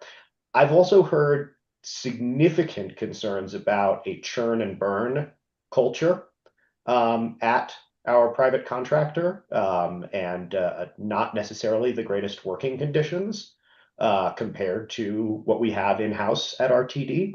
And so I preview these to both preview some of the things that I'm going to want to talk about when this comes back as a recommended action. But I wanted to ask, when it comes to working conditions for this contract, are we doing anything in the same way that Nike goes out to their subcontractors and says, you can't be sweatshops? Are we doing anything to ensure that workers for whoever it is that gets hired for this are receiving the same quality working conditions that they get at RTD? And I assume they're probably going to make less money. Typically, the contract employees do. But I was hoping if you could sort of just speak to what our commitment is in ensuring that those workers get treated as well as actual RTD employees. Thank you. GM CEO. Yes, thank you very kindly, Committee Chair, and thank you, Secretary Nicholson. for your comments. I would caution, however, recognizing that some of the statements that you made, utilizing the term sweatshops and things of the like, RTD does have other contracted engagements, i.e. when you think about commuter rail, the concessionaire agreement that we have with DTO, DTP, keeping in mind that we leverage a lot of different contract services. We have individuals that perform snow removal, facility work, a myriad of different tasks under the guise of RTD because we have terms and conditions quite naturally. Keeping in mind that we do use federal dollars as it relates to our contractual agreements. They are subjected to triennial reviews and we have to meet certain requirements therein.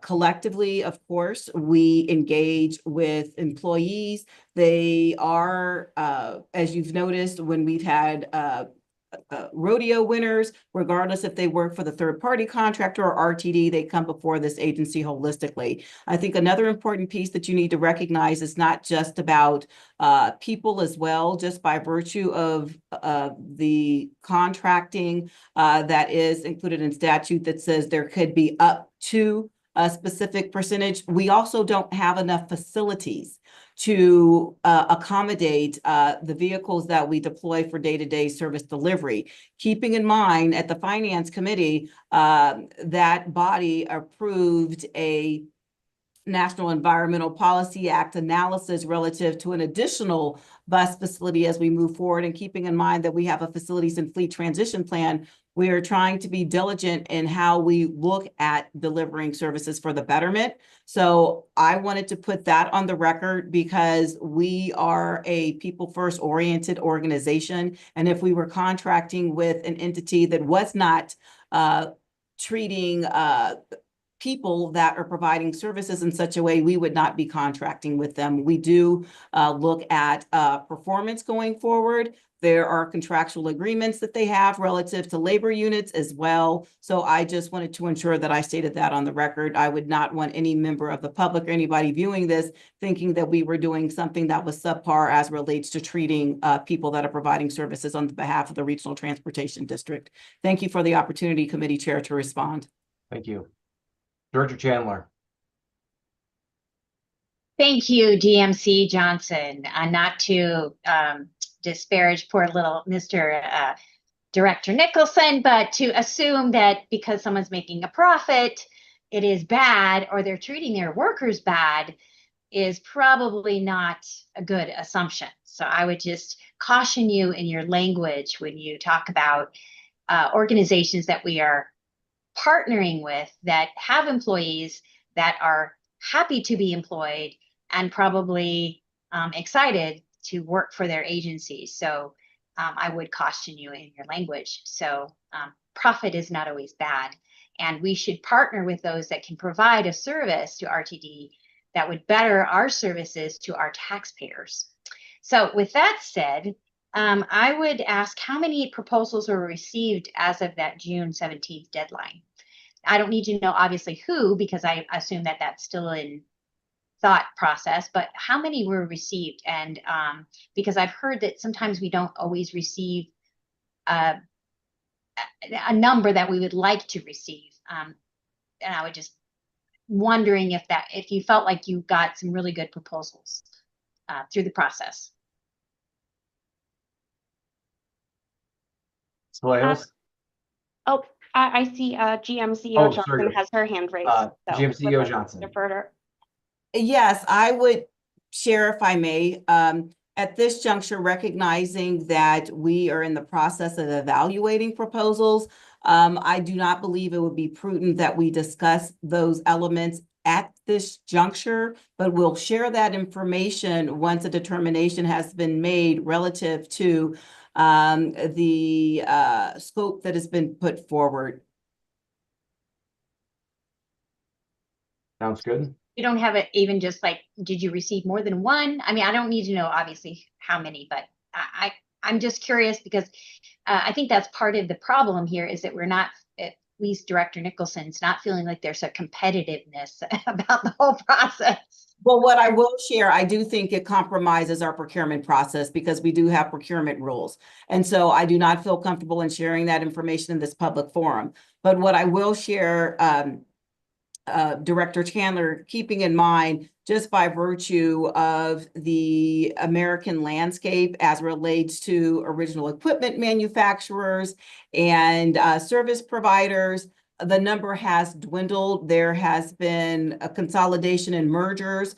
And so while we talk about there may not be active competition, it is not by any fault of the agency. It's just by virtue of where we currently sit as an American transit industry. Thank you for that clarification. I think that's fair enough. Okay. Thank you. Director Nicholson. Yes. I just wanted to clarify and say I think that we have many incredible, hardworking private companies that we partner with. We're using one of them right now to conduct this meeting, and I would not disparage the work that they do. I'm just a very firm believer that in-house is always better and gives us more control, understanding the necessity of sometimes relying on external companies when the capacity isn't there on our end. And I would just say, recognizing that we have a lot of processes in place for making sure that employees are protected and all of that, just as we have less control over the day-to-day when it comes to our P3 with our commuter rail partners, we have less control over the way that our employees are treated and the way that when they're fired and when they're all of these things when it's done through a third-party contractor. And so I think, whenever we have these conversations about using third parties, we have to be very cognizant of the trade-offs that are being made in order to use them. So that's just want that to be a part of the conversation, and looking forward to seeing what's in the contract when we do vote on it to make sure that employees are protected. Thank you. Any other questions? Okay. All right, then I'm going to move on to our second and final discussion item for the evening. It's around transit service standards and policies. I would like to ask our General Manager and CEO, Ms. Deborah Johnson, and Jesse Carter, Senior Manager, Service Development, to present this item.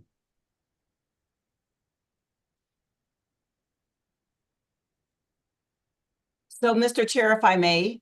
Please. Yes, before I yield the floor to Mr. Carter, I wanted to ground us in what we are sharing with you this evening. In working with the immediate past committee chair and with yourself, we had talked about proposed revisions relative to our transit service standards and policies, keeping in mind that transit service standards basically spawn from a comprehensive operational analysis. It helps determine various aspects of how we assess the performance of our bus routes, rail lines, in reference to optimization, efficiency, looks at stop spacing, the speed of the system, and things of the like. For those that were in attendance last night at the Finance and Planning Committee meeting, I offered the same comments relative to other analyses that are underway, and said that collectively they would help shape the direction and how we deliver our service going forward. So recognizing, I indicated the work that we have done with you, Director Harwig, and with Director Ruscia, Mr. Carter and his team looked at where we are with the service standards to showcase that, in fact, we do have service standards. They aren't where we like them to be, recognizing that the agency had not done a comprehensive operational analysis for some time due to the adverse impacts of service delivery attributed to the COVID-19 pandemic. Where we stand today is that we put forward these standards a couple of months ago. This body passed a resolution and then further to the board in which we said this would be tied with a COA as we move forward. I wanted to ground everybody in attendance in that critical factor as we move forward, recognizing that this is showcasing what we anticipate doing relative to what this agency currently has. So with that as the grounding, I will yield the floor to Mr. Carter. Thank you very much for the opportunity. Thank you. Thank you, CEO and GM Johnson, and good evening to the entire board. My name is Jesse Carter. I'm the Senior Manager of Service Development here at RTD. And tonight I would like to share with you a brief discussion of where we are, as CEO Johnson stated, on the revisions to the Transit Service Standards and Policies Report as directed by the board. In the presentation order, I will briefly cover the purpose of the Transit Service Standards and Policies Report with a focus on service standards, covering service performance, service categories, and next steps in the development of the report. RTD's service standards have been around for quite some time. We've actually historically have used the service standards to shape our services since 1987. The report is used to identify both superior and underperforming routes and lines for either increases or decreases in service, but are also used to identify the need for changes in how service is operated. Key metrics in measuring the effectiveness of service include cost, boarding activity, and in-service hours. The Transit Service Standards and Policy Report is offered periodically, typically bracketing major changes in services like the introduction of new corridors and/or changes in business practices. Supported by the System Performance Report, the Transit Service Standards and Policy is updated by the System Performance Report, which is provided annually.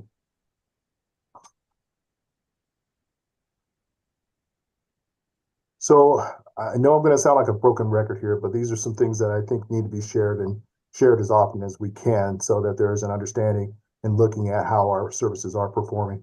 So since 2016, many changes have occurred affecting system performance and operating environments. We have the 2020 Pandemic Service Plan, which was a reduction of 40% of our services, basically putting us in a posture of providing weekend service on a weekday. Reduced employment population, or better said, fewer in-office workers in the Central Business District has occurred since the pandemic and currently still persists. We also had the 2018 new collective bargaining agreement, which introduced a renewed interest in respite time and changed work shift priorities. And the reconstruction of rail infrastructure affecting light rail services has had a pretty big effect. It's something that's absolutely necessary to be done, but it has had a pretty big effect on overall ridership. And looking at the system as a system, when you reduce something as important as light rail ridership, it has impacts on both bus and flex ride services. Looking a little more at service performance. The Reimagine RTD System Optimization Plan, we are still working on restructuring 85% of 2019 service levels with a phased implementation in accord with available resources. That's to say that currently we are about 14% from realizing 100% of that 85% of the 2019 service plan. So we have quite a ways to go in implementing that. Restructuring of service categories, formerly known as the family of services, to better design and align service levels based on travel markets. That was a part of the SOP. We asked our consultants to give us a deliverable that would help us better align our service categories with the services that are in the spirit or in the spirit of the SOP. We're also adjusting performance metrics to align with the new service categories, recognizing changes in fares and policy changes.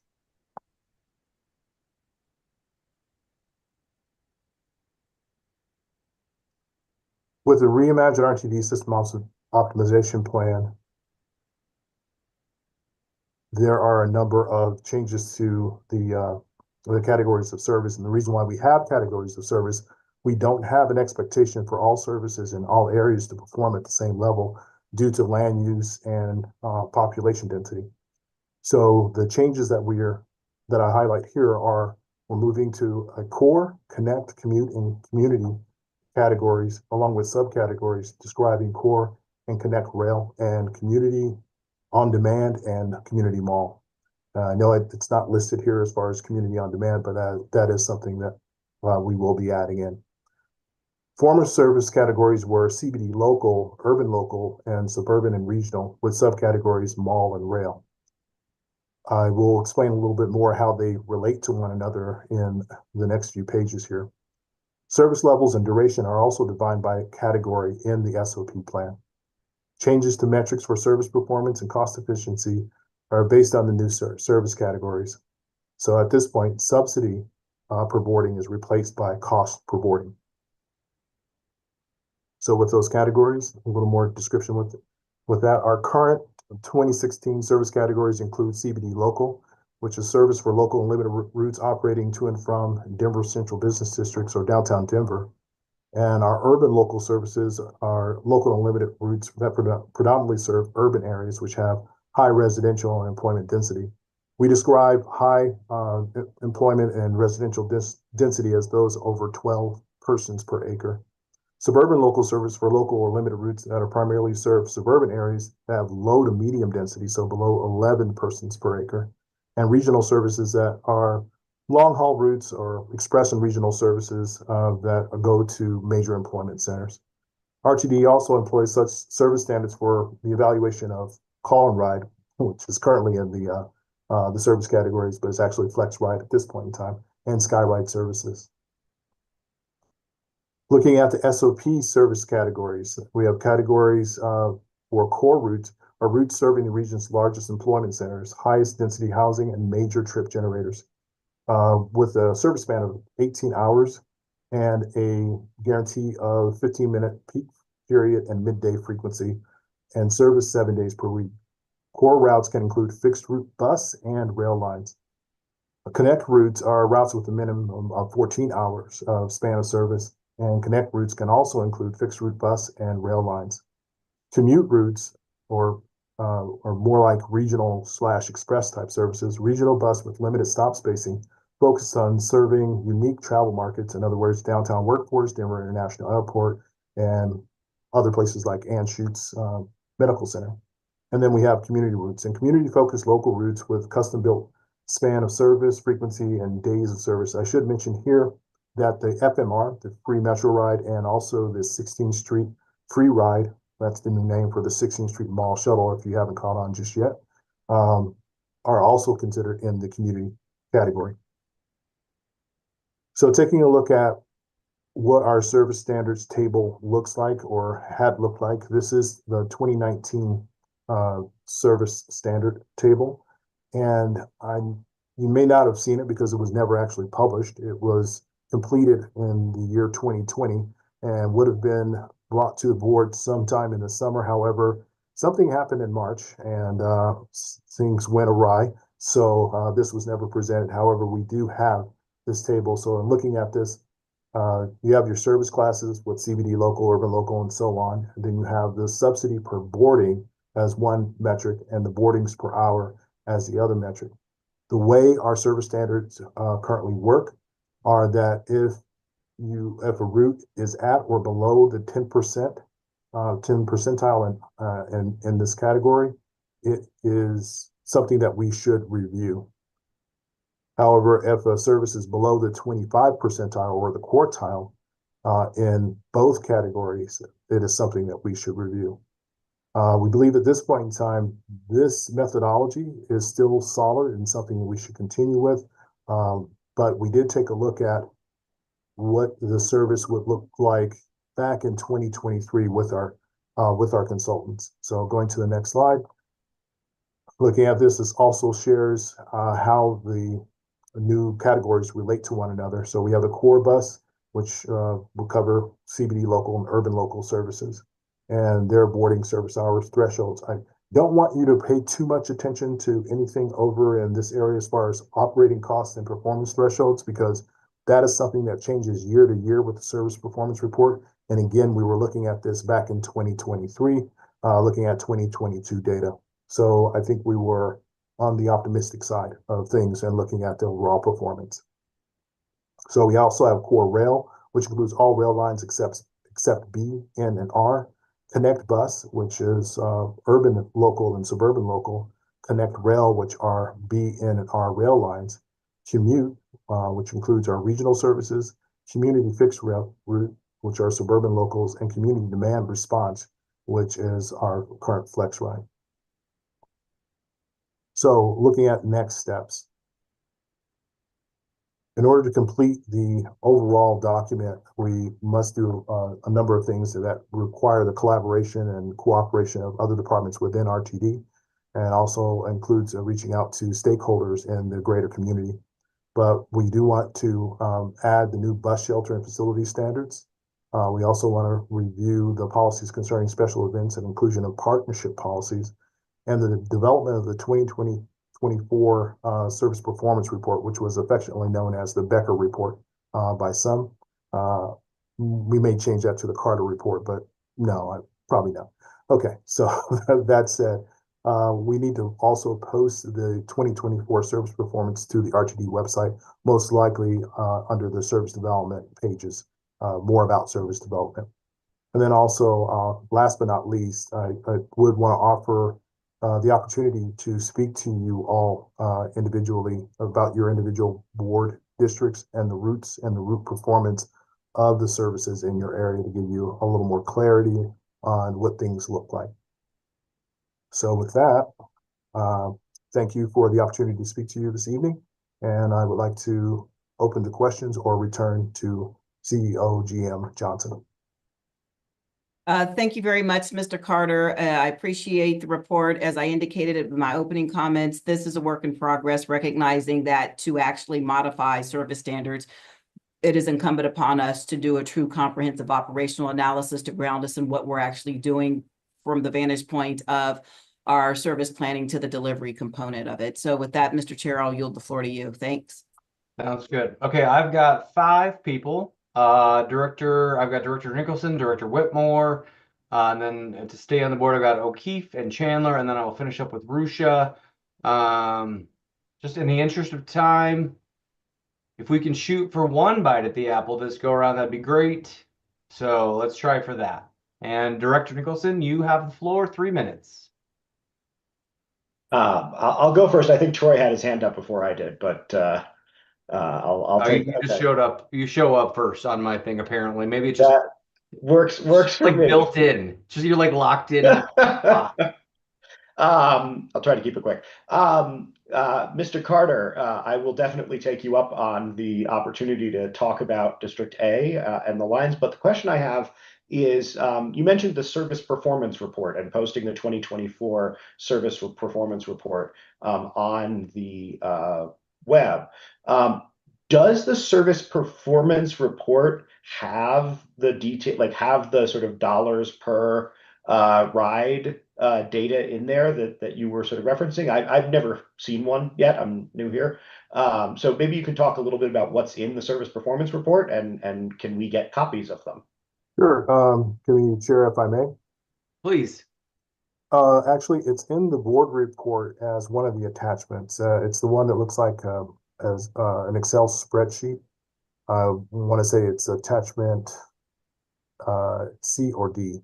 If I may, Mr. Carter, Okay. it actually look on package page 277, and you can see the costs, for instance, by virtue of service class, the revenue hours, the boardings, boarding per hours, operating costs, and the total cost per boarding. It's in the packet. It's you indicated on 277 going through to like 279.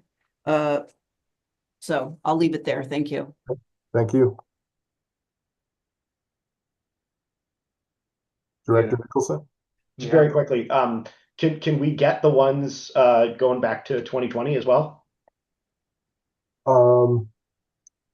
Yes and no. That is it.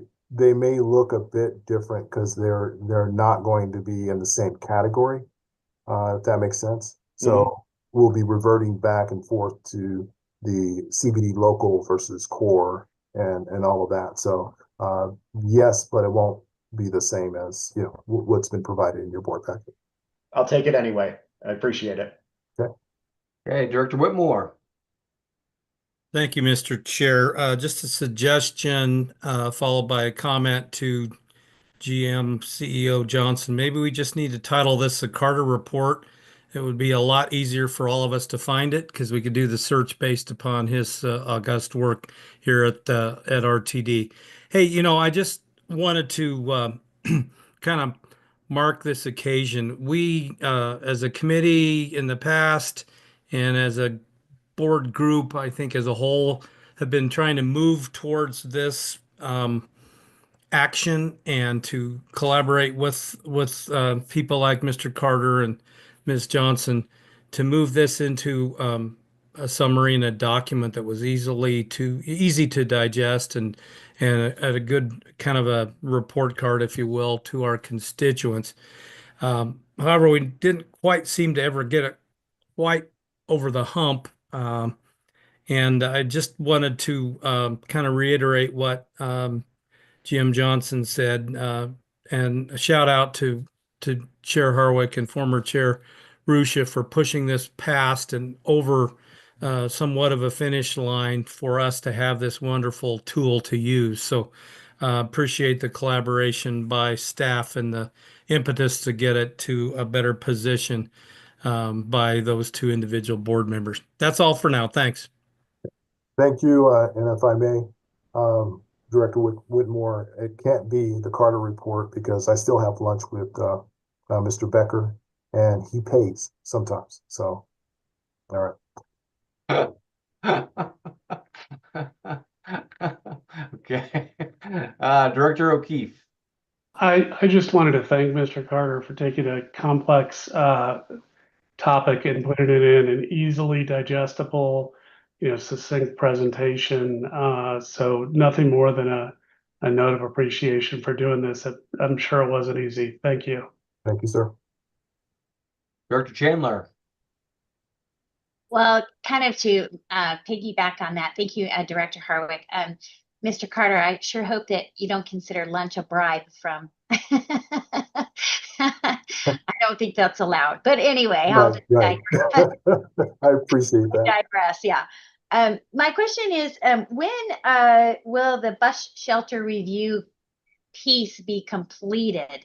I think it always amazes me when I do my town halls. I've done multiple town halls where I tell people that we're working on this bus shelter review thing, and then they always say, "Oh my goodness, when will that be completed?" And I don't know.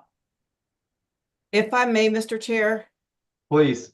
Yes, so just for clarity, I believe you're talking about our bus stop. It's not bus shelters. We're looking at all transit stops.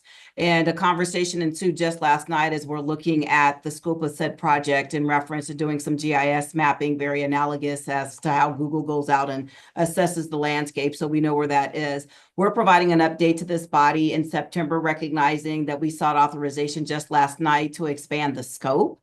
And so from that vantage point, when we commenced with the project, we thought it'd be about 18 months, have a better understanding relative to where we'll sit once the compilation of data is done. But we had foreseen this going back to my initial comment, recognizing we started at the beginning of the year being 2025. So for all intents and purposes, perhaps next summer, if not before, but don't hold me to that, recognizing that we just got that authorization last evening. Thank you.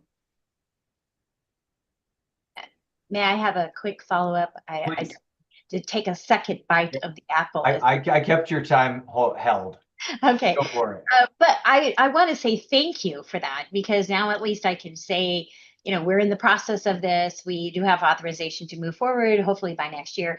I cannot imagine what a simple task, but a monumental task that it is to survey all of the bus stops, shelters, benches, everything. So I just want to commend you. I had, again, as a newer person to the board. I had no idea what that meant. And I completely appreciate the amount of work that you guys have gone into, not just in that particular small piece of this puzzle, but into the larger piece. So I agree with everyone else that this is a monumental project, and I thank you very much for all that we've seen. Okay, in the interest of one RTD, I'm going to have to say that it's not my department that's doing that particular study. It's actually a combination of planning and development and civil rights that's undergoing that task. And I can't wait to actually get my hands on the information once they're complete. All right. All right, Director Ruscia, and I also want to say before you jump in, just to really lay out like what a clear, you were the champion of this, Director Ruscia, and you really have spearheaded this. And so while all the accolades are rightfully heading over there to Mr. Carter and his teams, you should pat yourself on the back for making sure we're doing this tonight. And again in September, Director Ruscia.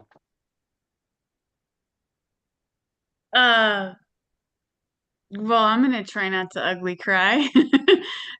Thanks. I think the clock started. Is it me, Mr. Chair? It is you. Okay, sorry. So I just wanted to say bittersweet moment, but I am really happy to see this. I have a couple of questions for Mr. Carter, if that's okay. Clarifying questions. So, first, Mr. Carter, as always, you are my favorite. Virtual high five.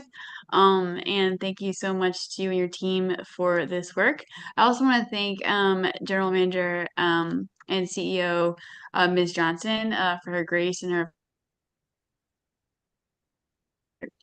new chair Harwick and I hit the ground running on beginning of the year. And as Director Whitmore noted, a issue near and dear to many directors' hearts for years. So thank you. This is what teamwork looks like. But I just had a quick question, and give me 1 second because I'm flipping screens and trying to get out of the cart screen. And I might have this. Oh, yep. Okay. So on page 5 of 6 on the report, under the ADA category, Mr. Carter, I was wondering if you could expand upon that. I was a little bit surprised to see the total cost per boarding. Are we talking about accessorized? Under ADA, it is accessorized. It is accessorized. So, oh, sorry. And I can't see the clock. So am I okay, Mr. Chair? Yeah, you're good. Oh, okay, thanks. Okay, so just for everyone's edification, if they're not looking at that part of the packet, then it looks like it's like 1623 cost per boarding, and I was surprised but happy to see that. But of course, we just had a conversation about on demand, which I know is in a different report. And I think the last report we saw that was between $17 and $19. So something to think about as we consider the two programs moving forward. And then I did want to make a comment, and I preface this all the time before I make a comment about services. It's not to pit communities against each other or different types of services against each other. But I would feel remiss if I did not note that when we look at our service classes, that FlexRide is actually one of our most expensive services. And earlier today, we had a conversation about slashing on demand for people with disabilities for a couple $1 million and potentially wrecking, or I think a director said doing crappy things to thousands of lives. And those subsidies range anywhere from, I think, $36 to $1,000 cost per boarding. It doesn't mean I don't believe in high subsidies, but I think that we should just be careful in our language. Take a holistic look at service planning, but really be careful when we talk about cutting services to those who need it the most. And data like this is what helps us make decisions. So again, thank you so much. I probably went over time. I can't see the clock. I'm looking at CART, but thank you so much to staff and everyone who worked on this, and as well as my fellow directors who helped get this across the finish line. My gratitude. Thank you. Okay. Committee Chair, if I may. Please. I did want to point out, Director Ruscia, that one of the reasons why I wanted to share some of the pain points that we're in right now because of ongoing maintenance on rail and how that's impacting ridership. When you look at our flex rides, the vast majority of the ones in the southeast are heavily dependent upon last mile ridership for rail. So when our rail plummets, it does too. So not to say that we're not concerned and we aren't making suggestions, and I believe that Aaron's group will be looking at partnering with other municipalities to address some of the other flex ride routes. And but yeah, it's something we all need to know. But at the same time, there are reasons. So I just want to make sure that everyone is clear that there are reasons why certain things are performing poorly. Thank you. Thank you. Director Rush, you still have your hand up. Do you have something else, or are you? Oh, no, sorry, just thank you for that. Concur, and first and last mile is my favorite topic, so can't wait for it to come back up again. And I know it's our chairs as well, but thanks again. Sure is. I see no other questions. Going once, going twice. All right, I am going to move on to other matters. Are there any other matters to discuss? Director Busick, you have the floor, my friend. Thank you, Mr. Chair. And I almost never comment in other matters because I know everyone's eager to go. But my comments relate to the very first action item that we took, and I don't mean the recommended action item. I mean the selection of the chair and the vice chair and why that was necessary. As we all know, Director Ruscia was removed from her position as the chair and sanctioned as a result of allegations relating to improper communications between staff and fellow directors. I believe this whole situation was not handled well at all. It started with the request to sign off on a letter asking our chair to take action and investigate these allegations. The director that approached me, asking me if I would sign off on this letter, told me a little bit about the allegations and what the perceived problem was. And I asked that director, have you talked to Director Ruscia about this? And the answer I was given was no, we haven't, because we don't think it would do any good. Well, I didn't sign off on that letter. I think that's bad form. If staff were treated improperly or communicated with improperly, that's not good and shame. But if directors felt that they were communicated with poorly or had their feelings hurt, you need to grow a thicker skin, because politics can be a full contact sport. Now, I'm not saying that everybody should just be crappy to everybody else, but there are times when you just have to turn the other cheek and say, okay, let it go. But the biggest problem I had with this whole situation was the punishment that was imposed on Director Ruscia. She was removed from her position as chair, taken off the committee, and then had some of her travel and training budget taken away from her. The budget that could, in theory, help her become a better director. What I saw in the sanction was purely punitive and not remedial in any way. If you want to punish someone, you succeeded. If you want to help someone get better, you didn't. If there's a problem, you should try to fix it. We've heard on several occasions speakers here talking about and congratulating Director Ruscia on her hard work on this committee. And she worked hard on this committee. That doesn't go unnoticed. I really wish that in the future, if this comes up again, we'll do a better job.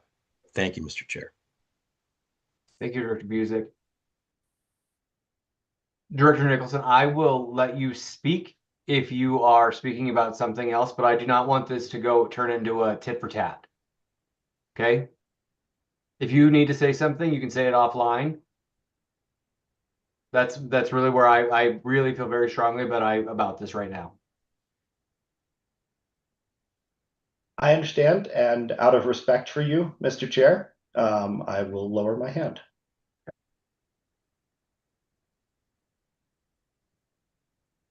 Do we have any other matters this evening?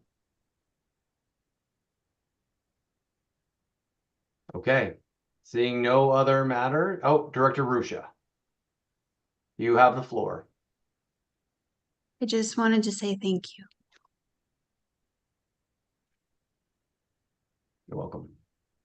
Okay, with that in mind, our next meeting is Wednesday, September 10th, 2025. As a reminder, the board does not hold any meetings during the month of August, so the next Operations, Safety, and Security Committee meeting will be scheduled for Wednesday, September 10th, 2025. At that meeting, we will take action on the items we discussed tonight related to fixed route bus contracted services for Boulder and Longmont. We will also have the following discussions. 2026 update of our Public Transportation Agency safety plan, and also update on our current system optimization plan. And I appreciate all of you. You have been a great, everybody's really been fantastic tonight. Thank you so much for kind of giving me a little bit of grace on my first official meeting. And everyone take care. And I'm going to adjourn this meeting at 8:37. Thank you.